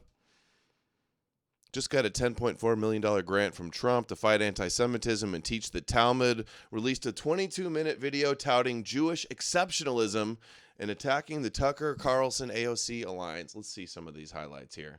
The nation. When I was growing up, the average American Jew never understood that being Jewish was the most important thing in one's life. The illusion of Jewish normalcy. That's like saying, what if I said being white is the most important thing in white people's lives? They'd be like, yo, white supremacist goy. But then they're able to say Jewish. They say the same thing about Israel. Jewishness in the state of the Jews is the most important thing. We go, wow, you got more loyalty to that, to your Jewish identity. You're a nation within a nation. You hate assimilation. You promote diversity for us, but anti-assimilation and intermarriage for you. All that you care about is your identity and your mission and your destiny and your nationalism. And then they go, oh, you have to put the state of Israel first. Cohen, the priest, of course. And then we notice any of this and they go, dual loyalty is a trope. Not allowed to say it. IHRA definition. Thing in one's life. The illusion of Jewish The most important thing in your life is that you're Jewish. Your Jewish identity is more important than everything, goy. When I was growing up, the average American Jew never understood that being Jewish was the most important thing in one's life. The illusion of Jewish normalcy is simply impossible to believe in anymore, even in America. An era has ended. Since October... What, the era of Edom is ended? Your golden age is gonna be ripped out from underneath you, goy. October 7th, the breaking down of our Jewish illusions has often occurred in the darkest ways. The deliberate rape and slaughter of our Israeli kin at the Nova Music Festival. The organized assault on our children and our people at university campuses across the nation. The rise of... When you read from the teleprompter, make sure to move your head around so it doesn't look like you're reading. Sympathizers on the mainstream left and Nazi sympathizers on the far right. Dude, The victory of a Jew-hating and Israel-hating mayor in New York City. The murder of Israeli embassy staffers in Washington, D.C. The assassination of Jews celebrating Hanukkah at Bondi Beach. We dance, they kill. We believe in civility, democracy, and the rule of law, and they traffic in You've never killed nobody, I guess, huh? conspiracy theories, anti-Semitism, and an improbable Tucker Carlson AOC alliance against American civilization, held together by the pathetic idea that the world's problems would vanish if only the Jews would stop causing them. American Jews are the wealthiest Jewish community in the history of the world. We can afford Jewish schooling once we believe again that it matters. Our Israeli brothers and sisters are fighting in the tunnels, on the streets, and in the air. As American Jews, we can help wage the battle of ideas, beginning with the clear idea that the preservation of Jewish sovereignty, including the defense of Jerusalem as the moral capital of the West, is the defining moral imperative of our age. The past 2 years have transformed the American Jewish condition in profound ways. We are rightly anxious about the current rise of anti-Semitism. Our faith in the American project itself has been shaken. Ooh. The mainstream left. Our faith in Edom in America has been shaken. We must make Aliyah. We're not safe in America anymore. Edom's turning against us. More signaling for that. Oh, if America abandons Israel, America will fall. God's wrath will turn on America. And now the radical right seem arrayed against us. Yet we must understand the true nature of the crisis. The attack on the Jews is a revolt against the Hebraic civilization that began when God called Abraham to enter into a new covenant. Your covenant's fake. Attacking Jews is attacking God, and we're the chosen people in our covenant. Hey, Christians, stop enabling their covenant. The only thing is your covenant is fake. We don't care. But you're not the real Jews. But there's a new covenant and we have it now. Stop with that. Stop enabling it. An attack on Jews is an attack on the Abraham covenant. And then all I hear is, oh, it's the atheist state of Israel. These secular Jews, these Satanists, these Talmudics. Hey, is the covenant from the Talmud or is it from the Torah? Must understand the true nature of the crisis. The attack on the Jews is a revolt against the Hebraic civilization that began when God called Abraham to enter into a new covenant. You see, not believing that they're the chosen people and they have a covenant is an attack on Jews. Is anti-Semitic to not believe they're chosen. These Talmudic Khazar Moloch worshippers. Thank you, sober Jeff Hardy.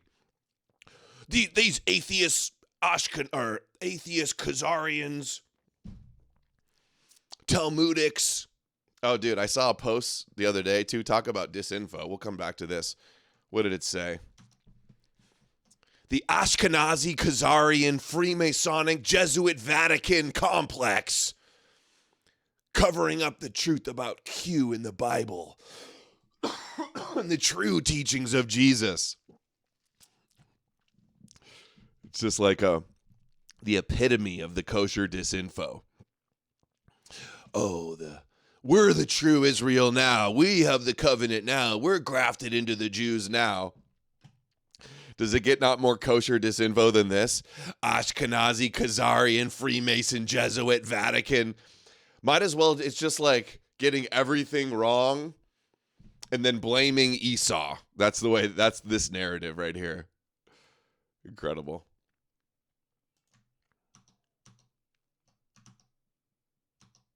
The enemies of the Jews seek to destroy the West itself.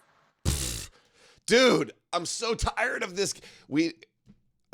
Average E-Crusader Cope is, let's see, Odysee. I haven't see through it all yet, but how about, or John, a cool mix? Or hey, if anybody else wants to get in the game, John and See Through It All have had tons of success. See Through It All's about to hit 20,000 followers. He's one of the most influential clippers on X, on the internet, because his shit and compilations get mirrored all over and stolen. get in the game. You could do it too. We'll all retweet you. We're taking over on Instagram. John's having great success on Instagram. Haven't made any traction on TikTok. Only the kosher stuff's Brother able to BD go sent big there. $5 on Rumble. Are these Jews all in on the plan? Do they get memos? Is it hypertension? The I know Torah they is don't the have plan. magical powers. I mean, it's like I'm in a CO versus Abrahamic Matrix simulation. Judaism's the plan. The plan is hiding in plain sight. It's an open secret. The clockwork, they forgot the clockwork elves, right? Yeah. And the reptilian Anunnaki fallen angels too. Okay, what was I saying here? Civilization that began when... Oh, right.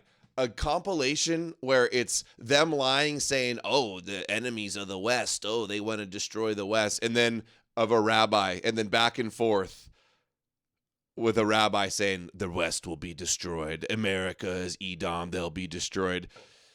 I love how these Jews and rabbis get up here in front of their Talmuds, stand up in front of Chabad houses, and say, oh, we're the defenders of the West, when there's viral compilations all over the internet about them thinking the West is Edom and needs to be destroyed. How are they able to get away with this?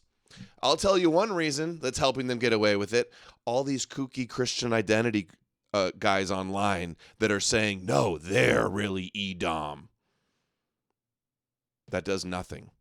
That does nothing that provides cover for them. And confuses and deflects away from what we should be addressing. Nature of the crisis. The attack on the Jews is a revolt against the Hebraic civilization that began when God called Abraham to enter into a new covenant. The enemies of the Jews seek to destroy the West itself. The only serious answer to this challenge is to believe again that being Jewish is the most important thing in the world and in our own lives. Dude, they're so into themselves.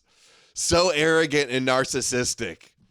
He might as well just do his prayer. Thank Hashem for not making me a goy. Thank you for making me a Jew and not a goy. They might as well just do that. The most important thing is you Jews being Jews. Nothing more important than being a Jew. God made the world for the Jews, the apple of his eye. Dude, and then a white person just doesn't hate themselves and they're like, white supremacist. They say, just acknowledging that Jews are really into themselves and their mission and their chosen status and their destiny and their nation of priests and their covenants and their birthrights and all this bullshit. And they go, oh, that's an anti-Semitic trope to say that we're supremacist. Meanwhile, seek to destroy the West itself. The only serious answer to this challenge is to believe again that being Jewish is the most important thing in the world and in our own lives. And this is how they frame anti-Semitism, to keep Jews being neurotic Jews. The hype of the anti-Semitic threat and the whole Jacob-Esau dichotomy stops them from assimilating and turns them inward and strengthens their tribalness and their Jewishness. Putting your tribe above others is important. I wish whites did that. They are able to push it for themselves incessantly, but white people aren't allowed to. And others are too. Blacks are allowed to be super pro-black. It's only white people that aren't allowed to do it. They say that'll lead to another Germany. Thing in the world and in our own lives. And that defending Jewish civilization is the only way to advance the larger cause of human liberty and human dignity.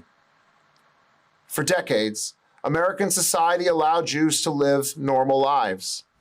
This was a pleasant holiday from our destiny. There it is, destiny, our destiny, our prophetic destiny to rule the Goyim with our Moshiach, to be the light unto the nations, and tikkun olam, to heal the world, and to blot out Amalek and the darkness and anti-Semitism. Our destiny. There's no, I remember they attacked me. I said like the Zionist agenda was one of my first popular YouTube videos. And they wrote me up at the ADL, like he has videos called the Zionist agenda. There's no agenda. Meanwhile, they're like our destiny, our prophecy, our identity. It's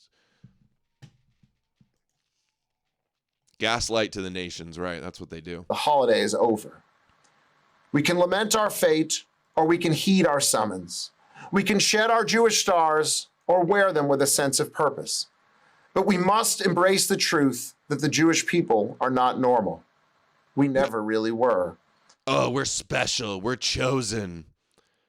And only by rejecting the illusion of Jew. So if we say that you're not like us, you're different, that's, oh, you're separating us, you're kicking us away. They like that.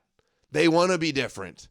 They want to be special and unique. The greatest hated, the highest IQ, the most chosen, the most books, morals come from them.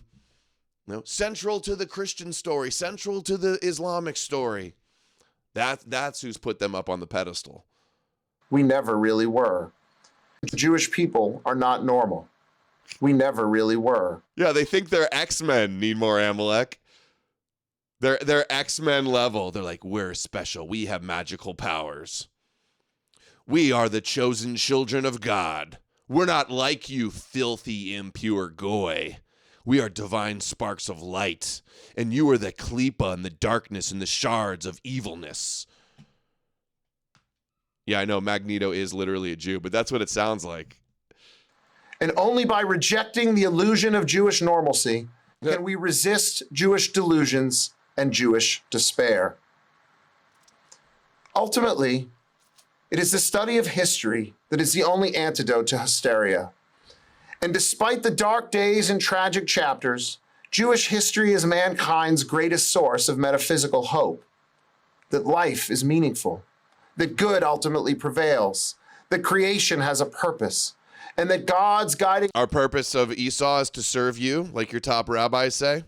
God created Esau and the Gentiles to serve the Jews and be Noahides. Oh, we don't know right from wrong without the Jews, and coincidentally, the Jews are always right. Hand is real, even if the scenes in this divine drama sometimes make no sense to the mourning human heart. Divine drama. That's the Matrix. That's the Jewish Matrix. The divine drama. Everything's God and Satan, and Jacob and Esau, and the light and the dark, and the Jews and the Gentiles. The fake divine Jewish drama that they have everybody brainwashed. Thunderstorm 9 sent $5 on Rumble. Random comment. I appreciate the random comment. Thank you, Thunderstorm. May the great Jewish awakening continue in strength. There's your Q awakening, the great Jewish awakening. You thought it was saving Israel for last? No, actually, it's the great awakening. The great Judeo awakening. The great Moshiach awakening. Wow, bro. 5,000 likes. This lobby got this massive tax break slipped into the BBB earlier this year. The big, beautiful bill. Country we've ever lived, and it's never been our... Jews have been kicked out of every country we've ever lived, and it's never been our own fault. Jews have been kicked out of every country we've ever lived, and it's never... It's always just the evil Esau hating them for no reason and blaming them for killing God, right? Remember this one? This was people are reposting this one today. It's such a huge one. They claim Jews owning the media, censoring the media is a lie, is a conspiracy theory, is a trope. And then they're up at these conferences every other day like, we're the masters of the universe. We're working with the algorithms in the State Department to throw our leverage and our weight and our power around. We banned everybody that criticized us. You're not allowed to BDS and protest us.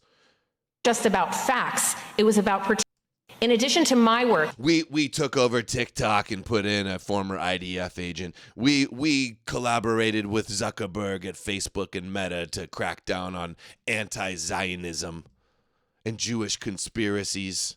Leading the Israel public policy team, I created a new role specifically focused on the Jewish diaspora. It is a privilege to represent Meta to Jewish communities worldwide. I am proud that Meta's commitment to addressing anti-Semitism on our platforms has remained steadfast, especially after October 7th. Our policies are industry-leading in protecting Jewish people and Israelis on our platforms. Our community standards include policies that prevent harassment, violence, and incitement. Optics Prime sent $5 on Rumble. Jews have main character syndrome. They think the world revolves around them. Yeah. We're the main characters, but at least you're in the movie. At least you're the supporting actors, but at least you're in the movie. right? We're the nation of priests, and you're our flock. A shepherd has to have a flock. And include a robust framework to combat anti-Semitism. Our hateful conduct policy includes specific protections for Israelis and Jews.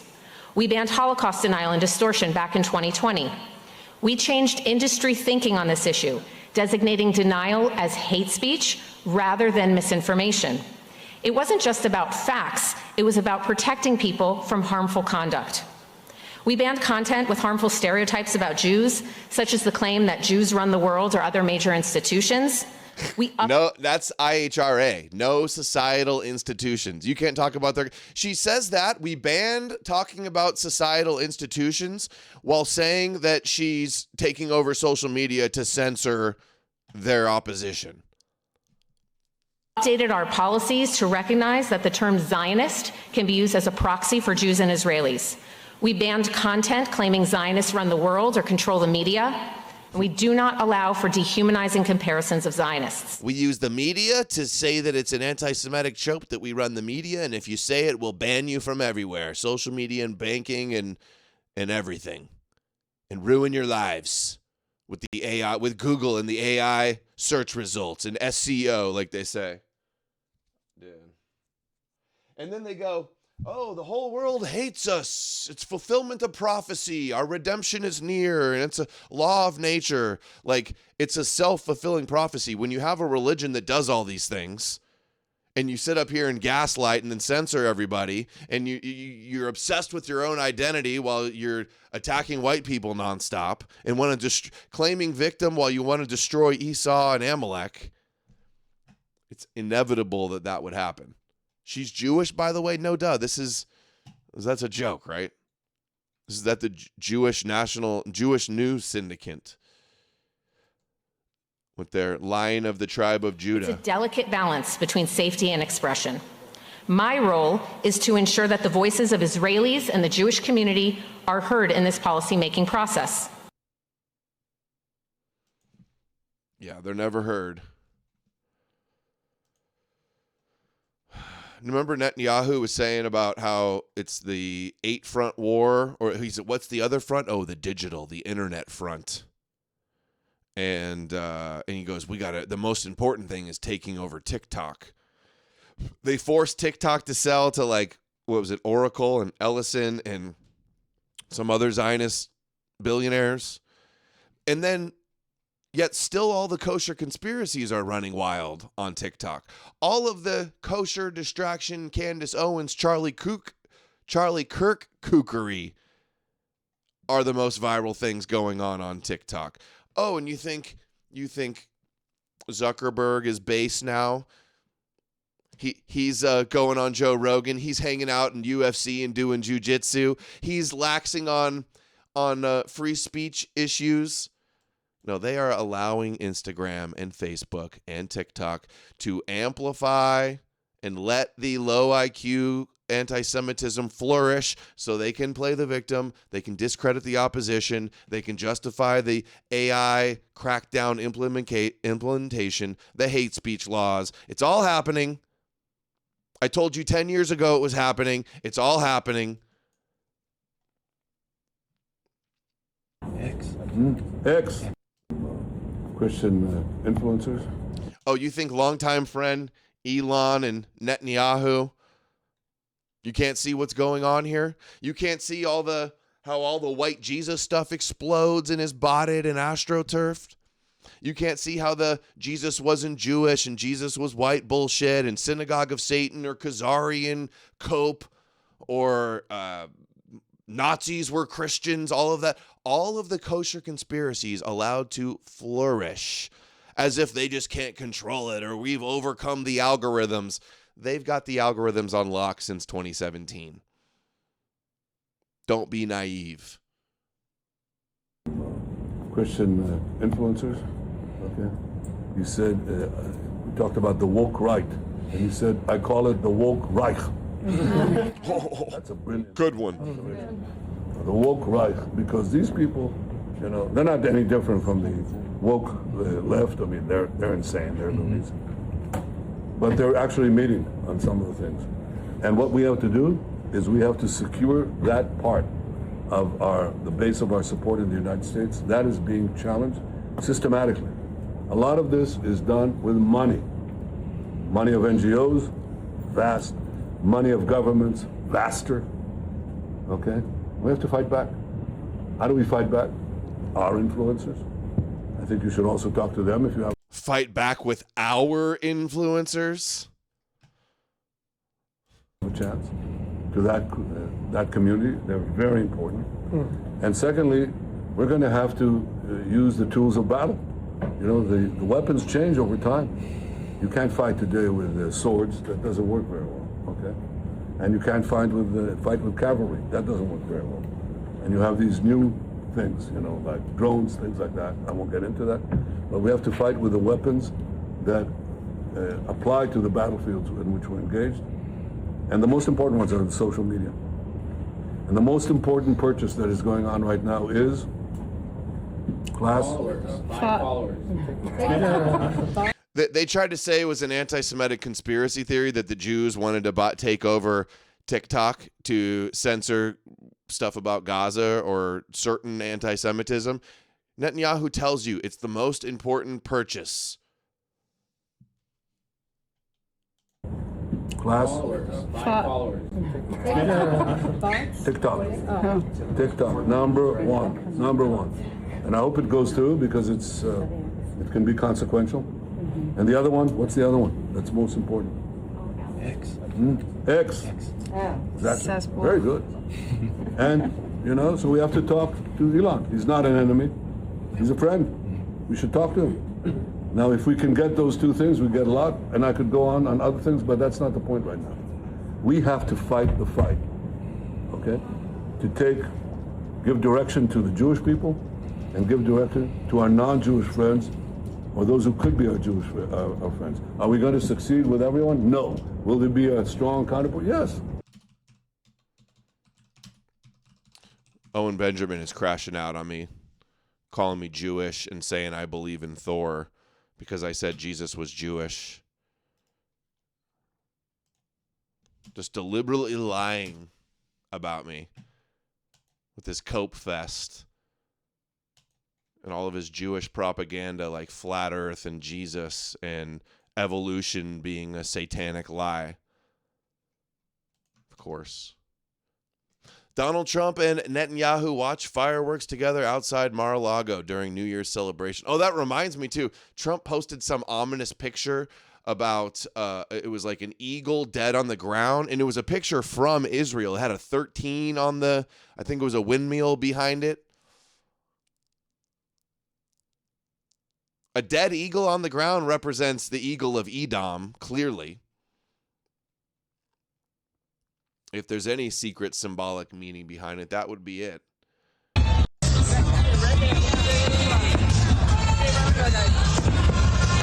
Look at the two bros together.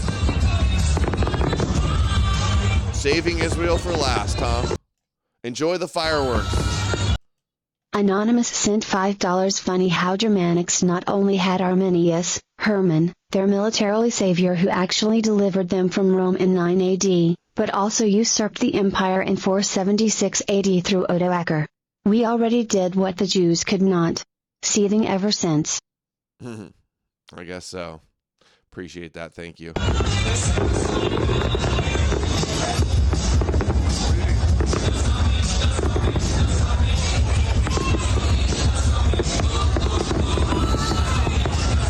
John hey, Wright John, sent thank $50 you. Adam. Wishing you great physical and mental health in the new year. We all needed to combat the Christian idiocy. Can't wait for the book with your autograph. Of course you will need to do a promo tour. I hope it will catch fire and explode. I hope so. It'll probably be gatekept like all the rest of everything I do, but yes, I do hope so. I'm gonna try my hardest. It's gonna be for years I'm gonna be promoting this book. And I'm not letting it go. Once you see it, you can't unsee it. This is the issue that must be fought. This is where the battle is.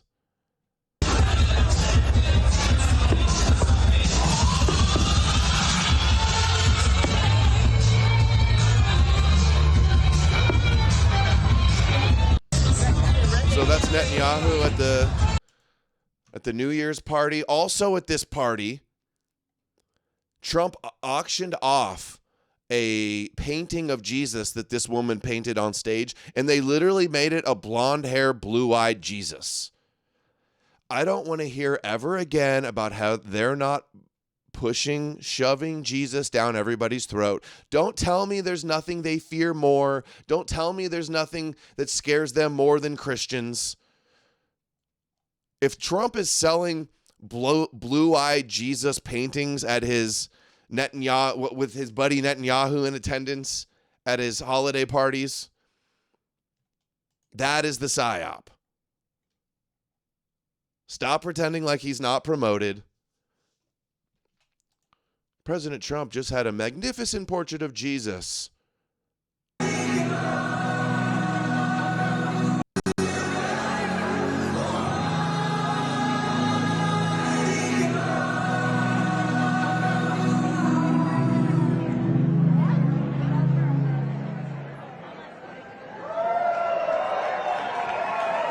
Dude. It's the number one religion of the establishment. It worships the king of the Jews. It's Israel's greatest supporters, biggest supporters by far around the world. They are pushing Jesus. The Charlie Kirk, Christian Revival, Russian Orthodox Church, they are keeping you in the Judeo paradigm. Okay? Don't tell me there's nothing they fear more when there's Passion of the Christ on Netflix, when there's endless... Birchbone sent $5. How do these coping liars like Cohen Benjamin not read the O.T. prophecies and immediately realize Jesus is a constructed demigod with all the attributes of Israel? If the Goy will worship one, they'll worship them all.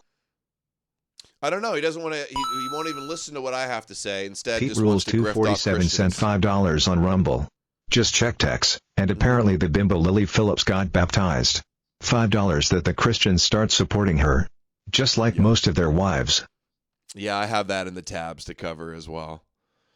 But when you check out at the grocery stand and there's Jesus magazines, and when there's a church on every corner, and when all of the Fox News and Newsmax and all of the biggest Zionist media is all constantly echo chamber, Jesus is the solution to everything, when even all the biggest Zionist propagandists are always using Jesus to bludgeon you and gain support for Christianity, when even the opposition to Jews in Israel is also Christian and says that's the solution and they're not real Christians, we have reached full spectrum Moshiach dominance.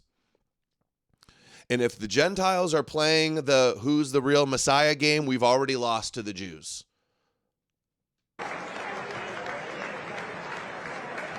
They gave them bright blue eyes and blonde hair. It's like it looks like me. I'm the wet dream of the Christian identity, Aryan Jesus. And yet all these same people are all going to turn around and lie and call me Jewish. And Trump literally auctions it off. And you know Netanyahu's in the crowd just laughing. What does the left do? They just go, MAGA is dumb. They think Jesus had blue eyes. 120,000 likes. Can't believe they drew me at the Trump party. Here's Trump auctioning it off. He plucks the money out of their wallets, right? So anyway, thank you very much. 1 million, 2 million, 2 million. Whoa, 2 million. Whoa. Auctioned off for $2.75 million. Dude, it does look quite a bit like me. They depicted it off a European. And there was no Jesus. There's no physical descriptions of Jesus. The shroud is an obvious fucking hoax.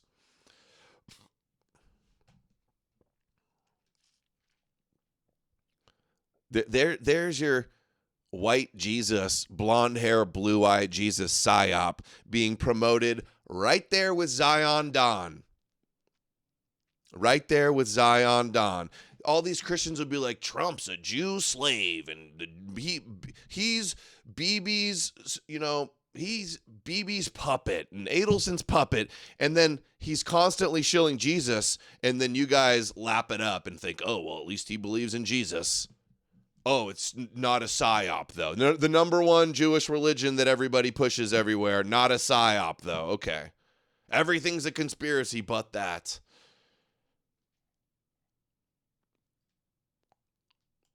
$2 million. Wow. You see what I mean? Did I tell you these people? And yet that's peanuts. Anybody, huh? I'll sign it if you'll give more. Okay. Why is Trump signing paintings of Jesus? Dude, Trump signing his name on a painting of Jesus is like almost as if he's Jesus.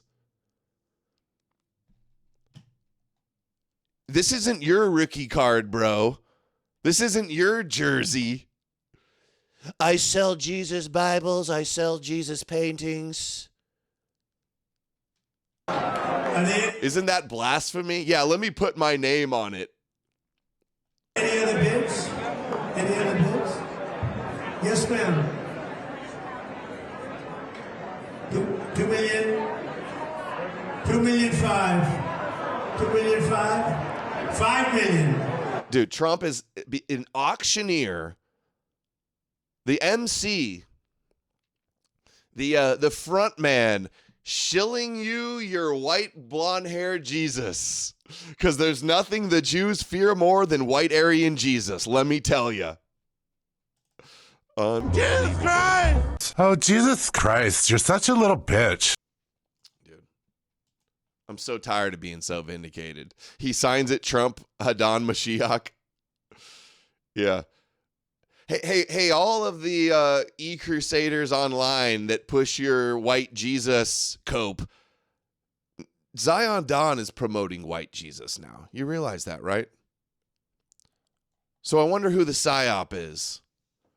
5 million or 2 million 5? 2 million 5. That's it. That's Her husband looked at her and said, "What the hell is that all about?" 5 million. Eddie, then we have 2 million 5. 2 million 5. Anybody upping it? You see what happens here, John? How about that for entertainment? How is that as entertainment? We're going to have great musicians, everything else. But I saw this. She did something for us last. Did he just say, how is it not entertainment? He loves the entertainment. There's your Jesus painting. He's like, are you not entertained? We got our blue-eyed Jesus up here, 2.5, 2 million. Everybody loves Jesus. You want me to sign the Jesus painting? I saw this. She did something for us last night. She created a work of art. It was so incredible. I said, could you come and do it again, right, John? And she was a hit. Do you notice? I said, no, let them stand on the floor. Not one person left the floor. You notice that, John, right? He's the one putting on this big shindig tonight. It's going to be amazing tonight. And you're invited to stay with us, Vanessa, okay? All right, we're at 2 million 5. Anybody else?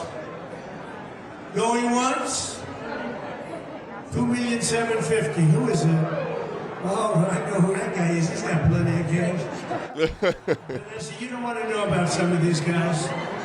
Dude, Trump is funny. 50. Do I hear 3 million? Do I hear 3 million? They're donating it to St. Jude Hospital, by the way. It's going to St. Jude's. It's going to the sheriff's office. The Jude. Huh? It's going straight to the Judes. Yes? It's going straight for mRNA vaccines for St. Jude children. Yes? Don't do it if it's too much. Don't do it if we have to see a chapter filing tomorrow morning. Ladies and gentlemen, one of our outstanding Palm Beaches that filed for chapter bid too much. So we have 2 million. We have 2 million 750. Do we have anything else? Any other bid? I want to thank you. Come on up on the stage.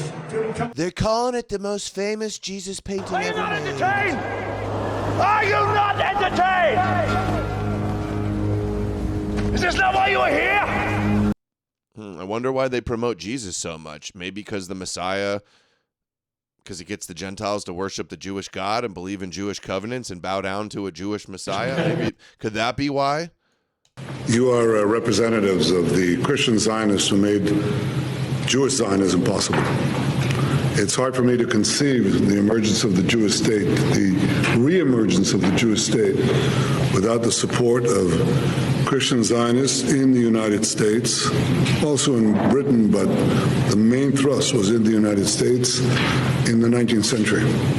So Christian Zionism facilitated the rise and success of Jewish Zionism. Hear that? Jewish Zionism wouldn't be possible without Christian Zionism. There would be no Christian Zionism without Christianity too. Christian Zionism facilitated the rise and success of Jewish Zionism. Clip and it. It's been an enormous. Add it to the mix. We've already have him saying this before. He goes, the state of Israel would only be possible thanks to Christians. And it's true. Partnership. Since then, I've known some of you. Mike, how long have we known? Since we were teenagers, something like that? A long time. 46 years. 46 years. Since we were a little more than teenagers. But I can say that we have no better friends, and I mean that sincerely.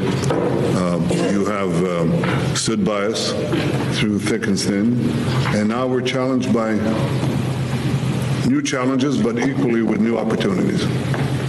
We fought, as you know, a seven-front war, and we've come out in many ways victorious. But there's an eighth front, and that's the front for the hearts and minds of people, especially young people in the West, and for me, especially in the United States. And for me, especially on the conservative wing of the United States. And I think it's not just Israel's battle. I think it's our common Judeo-Christian civilizational battle.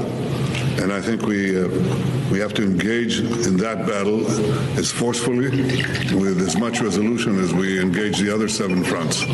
I think it affects not only Israel, it affects America, it affects our alliance, it affects the future of Western civilization. They're literally at war. They're telling us that they're at war with us. They're telling us that they're at war with Edom, and they wage war by deception and trickery and wise counsel. And they cry out in pain as they strike, and they rise and kill first, and all of these things. And people are just falling right into the traps, being distracted like gullible goyim, willfully bowing down like sheep, like stupid sheep, cattle goyim, gullible goys. And I don't think I'm exaggerating one bit. I have here my colleagues, Israel's ambassador to the United States, to the United Nations, our consul general in New York, our consul general in Miami, and every one of my delegation. We feel that this is a theater that has to be engaged with great force. Who's to engage in us in this? It's us. It's you and us. And we have to, we have to be. I think we have to stand up and be counted. They have to hear our voice. There are some people who believe that, that faith should be silent and terrorism should be understood. No. Faith should speak its voice, and terrorism should be confronted, not understood, confronted and defeated. And that is what we're engaged in right now. So I want you to know that I spoke with President Trump yesterday. I said this publicly too. I see the battle against us and the battle against our Judeo-Christian tradition basically being waged around the globe. And it's waged primarily by two forces, radical Shiite Islam and radical Sunni Islam. That means the axis that is led by Iran, much battered, admittedly, but still there, and the axis, the Sunni axis, led by the Muslim Brotherhood, which permeates everything. They go to Europe, they go to the United States, they go to Africa, Nigeria. And we are conscious of the fact that Christians are being persecuted across the Middle East, in Syria, in Lebanon, in Nigeria, in Turkey, and beyond. He will protect you, Christians. Don't worry. He'll save the Nigerian Christians. And we're also aware of the fact, as you are, that one country protects the Christian community, enables it to grow, defends it, and makes sure that it thrives. And that country is Israel. There is no other. None. We are joining an effort to have basically a United Nations of countries that support Christian communities around the world, beleaguered communities who deserve our help. Just as you are helping us, we want to help back. That's, what's his name? Not Dory Gold. I'm forgetting his name, but he was the one that was at the UN calling for criminalized anti-Semitism. And we're capable of doing that in Africa with intel, in the Middle East with a lot of means. Oh, look, even the Nicki Minaj at TPUSA and wanting to go out, save the Nigerian Christians. Netanyahu's even got his fingers into that. Got his hands into that one. That I won't itemize each one, but this is what our agenda is. It's the main part of our agenda, and it's going to continue with greater force and greater might in this coming year. I want to use this opportunity to wish you all, well, it's kind of late for a Merry Christmas, but a belated happy. Oh, there's a war on Christmas. Oh, they say happy holidays. The third time you... Hold on. I'm trying to find my profile in the Dory Gold video. Here it is. The time for talking and having... Danny Dannon, that's what it is. The time for talking and having a conversation is over. What Israel and the Jewish community around the world demands is action.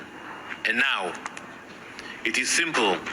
Those who engage in anti-Semitism must be punished, whether it's here at the UN, political leaders, editors, policy pundits, or college professors. It doesn't matter. Anti-Semitism should have no place in our society until it becomes criminal. This bigotry will persist, it will fester, it is only a matter of time until... Criminal. Anti-Semitism in every shape or form, criminal. According to the IHRA definition, criminal. So that's what they want to do. That's what these Christians and their kooky theories are going to get us. They're helping facilitate that. Christmas, and not a belated, and on time. A Happy New Year. May it be a year of prosperity, peace, and security for all of us, but especially for the Christian communities around the world. So thank you, and Happy New Year to all of you, and thank you. Merry Christmas, and whoa. That looks like the dad from American Pie. Merry Christmas, and come see the Jesus boat, and Jesus did miracles, and Jesus is a rabbi, and we couldn't have the state of Israel without you. Oh, look, there's Mike Evans, too. The guy who did the prophecy documentary about America being destroyed by God.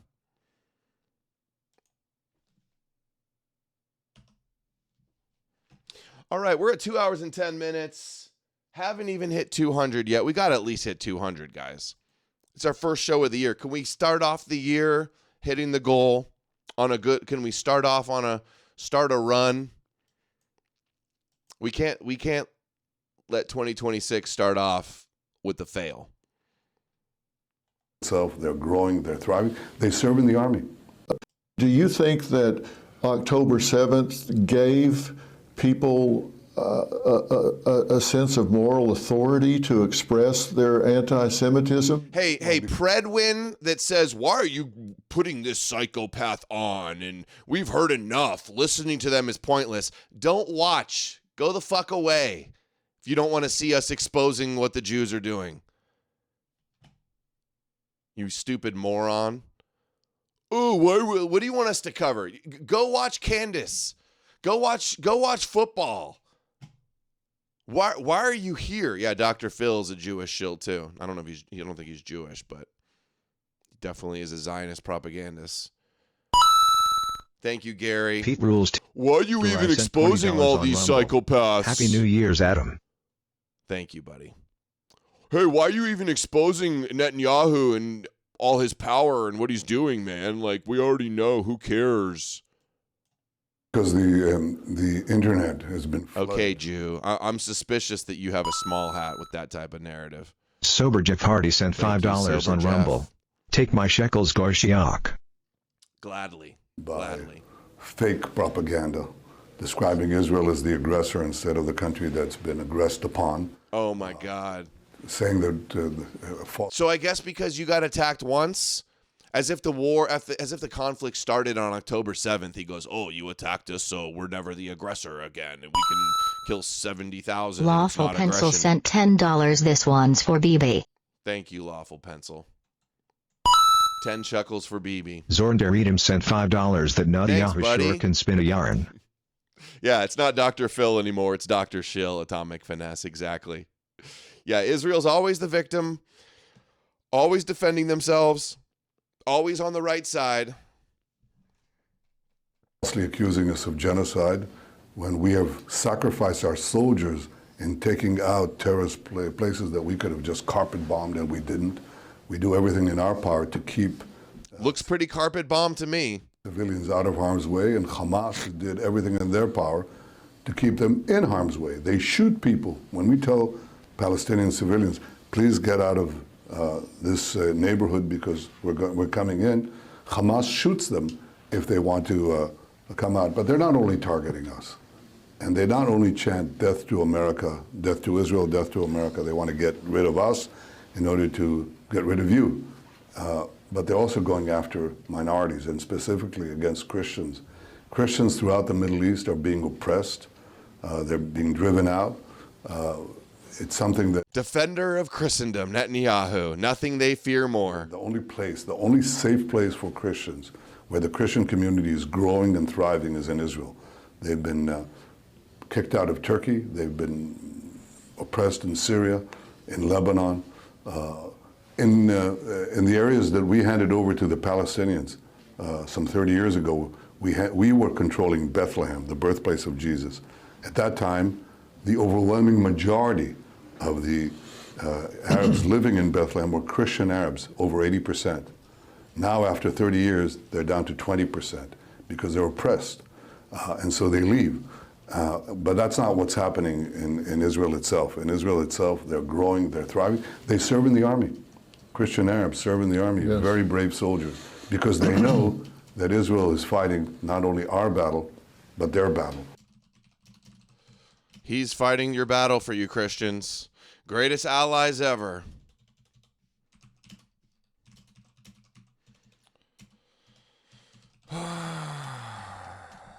Okay, let's see. What do we have next? More Dr. Phil. Genocide, when we have sacrificed... Okay, that's the one we just saw. This is so vicious. To the critics who say that you want this war to continue to help your political future, what do you say? The war to continue? Yeah, the battle. This is so vicious and so false. You know, I've been to war. When I was 18 years old, I joined the Army and Special Forces. One of my best friends died in my arms, received mortar shrapnel. He died in my arms, you know. I lost friends. I lost a brother. I saw what happens to my parents. I saw what happens to bereaved parents in Israel. I just had a family here with the last hostage, a hero of Israel, who died. We're trying to recover his body. He killed 14 terrorists until the last bullet, and he died. Right, Ron Geely. Ron Geely, yeah, he's an incredible hero. And I see the depth of grief, you know. So you have to go through that to understand the cost of war and the pain of war. That's the last thing I want. But I think we've had a tremendous victory, a series of victories. But the real victory would be the ability to translate that into the fruits of peace. When I led the country into this war and now lead them into the search for peace, I'm on a mission. Fulfilling God's mission, fulfilling the prophecies of peace on earth, on a mission from God to bring peace to the earth. Our war hero, Netanyahu, on a mission. The search for peace. I'm on a mission. And the mission, you don't want power for power's sake. It's what you do with it. And what I want to do is to secure the future of Israel and to give it a future of peace, prosperity. And thank you, Grace. Hi, Grace. $20. Thank you, Grace. Grace, you're awesome. It's not only for us. It's for America. It's for our, you know, I started out with a call and a greetings to our Christian friends. Christians in the Middle East are being persecuted everywhere. So when I talk about helping Israel, we're also talking about helping those in the Arab world and in the Muslim world who want to make peace with us, and minorities like the Druze in Syria and the Christians in Syria and elsewhere. Hey, pre-dawn. He says, who gives a fuck about Netanyahu's life story? He's not giving his life story. I'm showing you how he's using Christianity to manipulate America. Do you not get that?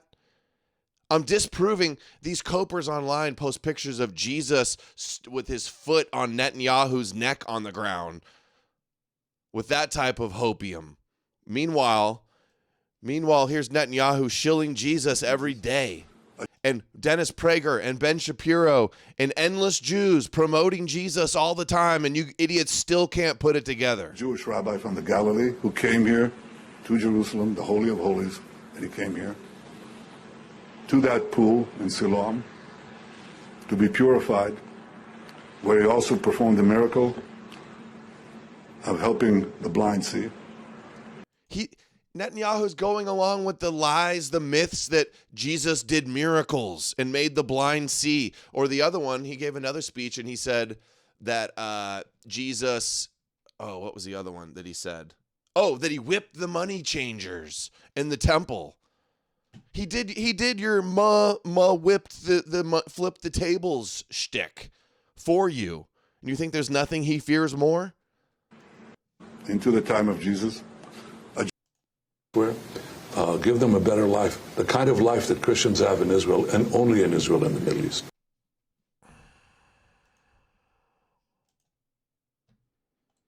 Here he is talking about wanting Judea and Samaria. Even if it's not parallel, even if it's not symmetrical, I want peaceful coexistence between the Israelis and the Palestinians who live in Judea, Samaria, which is part of our ancestral homeland. The president said this. I wouldn't say we agree on the West Bank 100%, but we will come to a conclusion on the West Bank. Where's the daylight? Oh, I think there's a lot of daylight, because I think we both want to see a future in which that territory is not used for terrorist attacks. We've done a lot of things in that regard. We also want to build a lot of infrastructure there, both for us and for our Palestinian neighbors, and I think there's a lot of room to talk about it. But I think ultimately, Israel has to have the military control over this area because it's so tiny. Do you see an international stabilization force in Gaza being on the ground in 26? Do you see? Look at this. This is funny. The Christian nationalist Joel Webbin happy about Trump winning. Oh, if you only weren't an idiot and gullible idiot and fell for Moshiach ben Trump, like you fall for Jesus. Zornderidem sent $5 Jew Trek 2, The Search for Peace, and More Money. Funny. Yeah, Zio Wars, Jew Trek. See a new government that you could live with in Gaza in 2026? I think you have to ask, as far as the second question is concerned, a new government in Gaza is possible if you disarm Hamas, because no one's going to come in there if Hamas stays armed, and they'll put a bullet right through the back of their head, anyone of any potential new government. So the answer to your question is, if we disarm Hamas, whether with an international force or by any other means, yes, I see a different future for Gaza. And it's the one remaining step. Everybody understands that.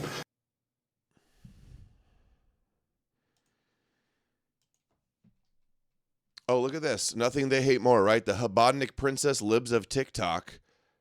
See her here? She's instigating the Jesus kvetching, trying to rile up Christian persecution victimhood.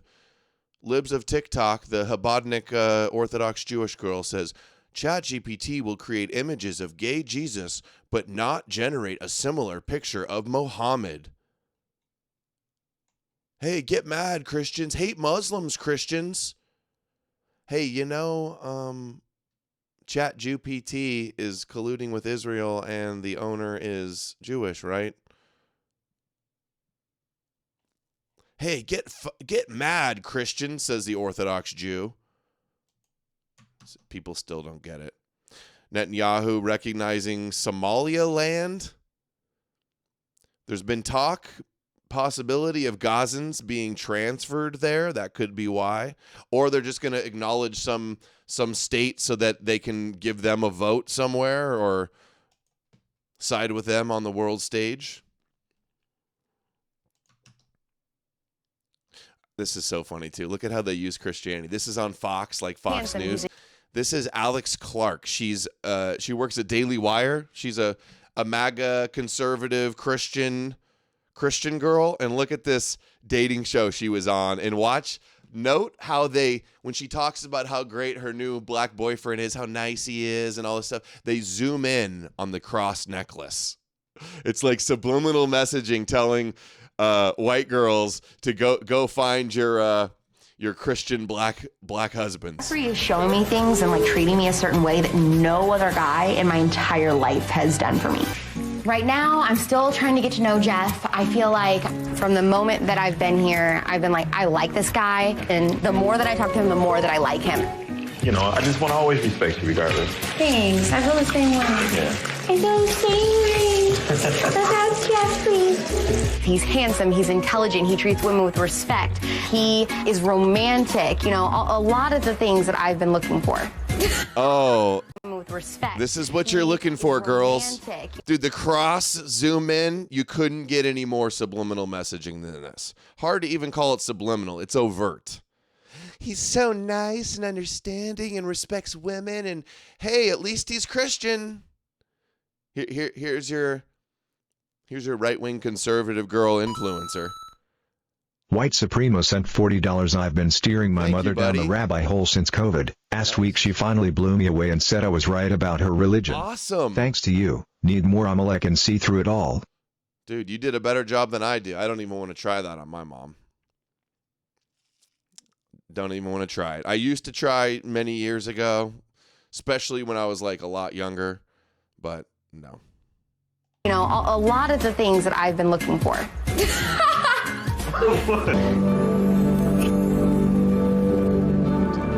This is your Fox News e-celeb. Jeffrey and I haven't had any alone time yet. Good job. So tonight we're glamping on the beach. Radio personality. Glamping is the princess version of camping. Right. Deconverting a boomer, that is a miracle. That the is difference amazing. between camping and glamping is you're roughing it in one. The other one is like you're still outdoors, but you have outlets to plug in your hair dryer. Why is every one of these right-wing e-celebs like former reality stars? They just want to be in the spotlight. They want to be Real Housewives or Real World Dating Show. They just want the attention. They want the clout. And then they got a pretty face. They get hired at some conservative outlet. They say Christ is king. They put on the cross in between the cleavage. And these sheep, these Christians just lap it up. Oh, I can't handle anymore. But the zoom in on how great he is and that he's got a cross. Nothing they fear more at Fox, right, guys? Yeah, they just want to be famous. So disturbing. Oh, speaking of the latest conversion, Lily Phillips, nobody could have ever seen this coming. She is born again. She is washed in the blood. She has been cleansed of her sins with the magic water. She believes in the magical rabbi. Her past sexcapades of sleeping with thousands of men in 24 hours. This is one of those girls. She is a virgin now. She is a born-again Christian and a born-again virgin. And guys, hey, bachelors out there, she is ready. She has found the Lord. Dude. VIP spot at TPUSA when? Next year? Worship Christ with the best of your portions. I She saved her soul. Ready for marriage now. Ready to settle down, guys. That's so good. That's so funny. Couldn't make this up. Change that water ASAP. That's funny. Today I'm going to ride 1,000 priests in 24 hours.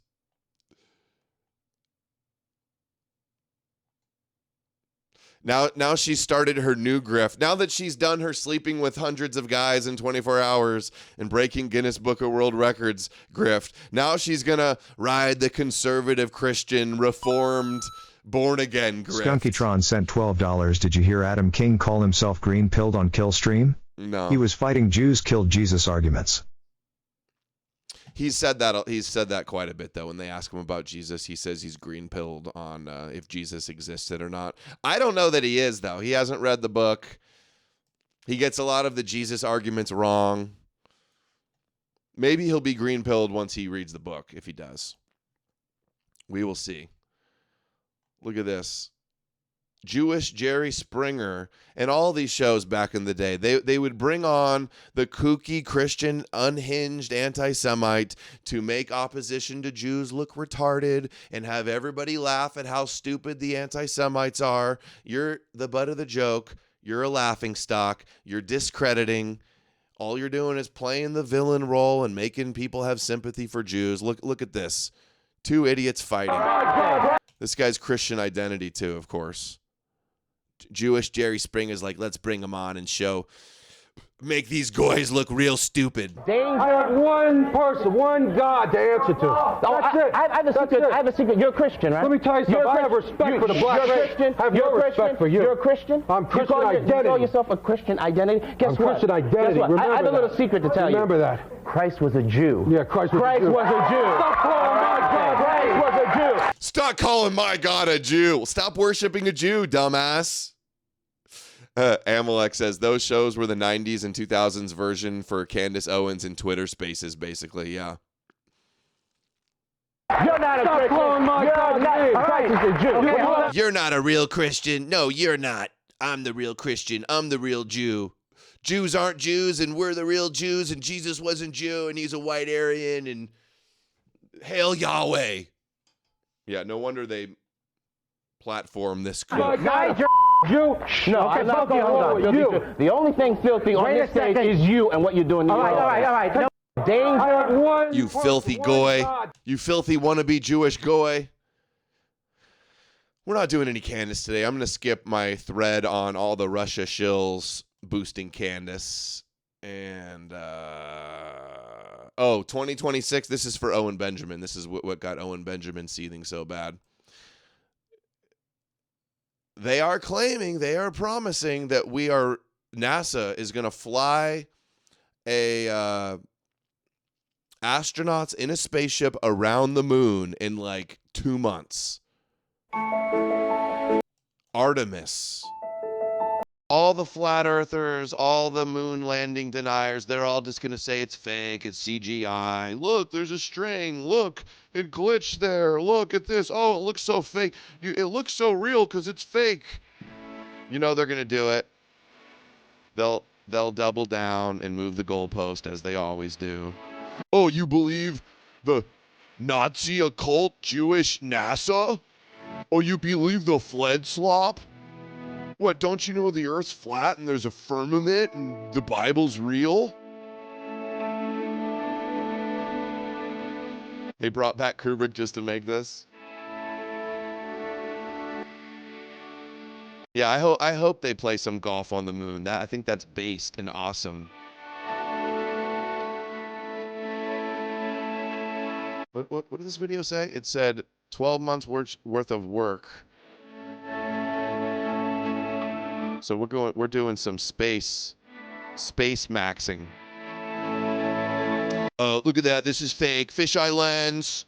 Oh, they're moving. That's animatronic. Oh, that's AI.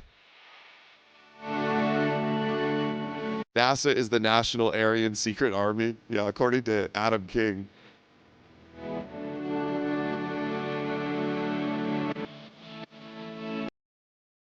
This is like one of the biggest rockets ever. For NASA, at least. Hold on, here we go. We'll see all of the the flat earthers moving the goalpost and bending over backwards to cope, just like they did with Antarctica. So rollout for Artemis 2 is less than 2 weeks away.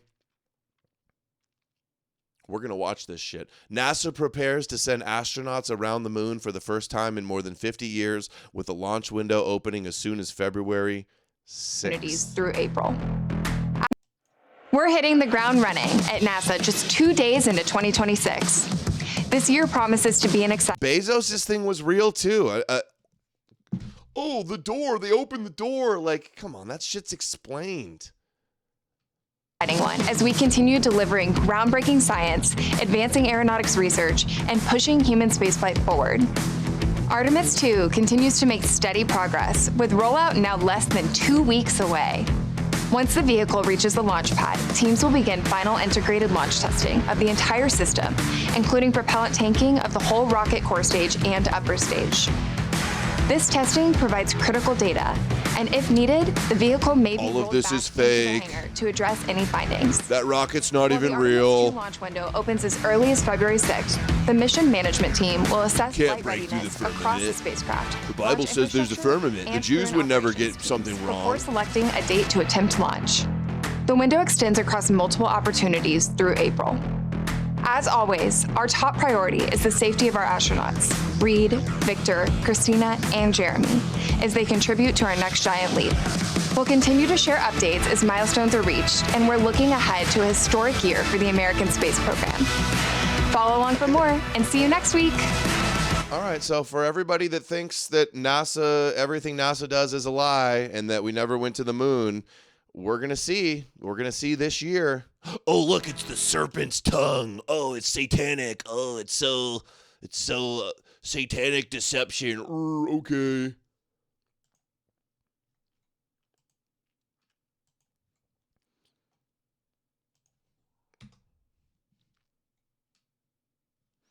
Okay, this is also SpaceX says Elon explains how they're going to send a unmanned starship to Mars. I don't know if he says they're doing it this year or this is just what the plan is, but let's check this out. And just for the record, I don't think they're going to send anybody to Mars. But I do think that they'll send a spaceship there, but not with people in it. So this gives you an illustration. Yeah, dude, have you ever looked at the planets? The planets aren't even real, dude. They're just like luminous light angels in the sky, bro. Totally. Of how does a spaceship go from Earth to Mars? So you got blue Earth there and red Mars.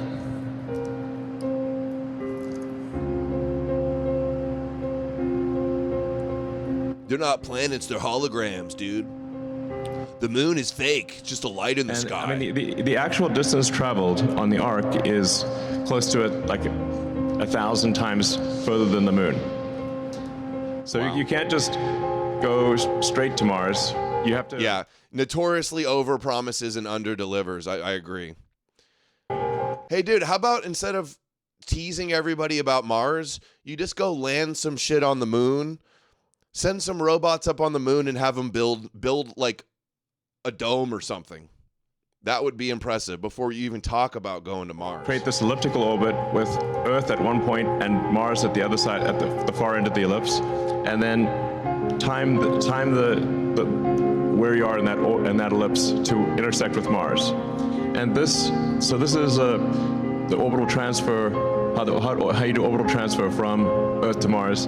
And if you look on your Starlink Wi-Fi router, you'll see this image, because the Starlink Wi-Fi is Starlink Internet is what's being used to pay for humanity getting to Mars.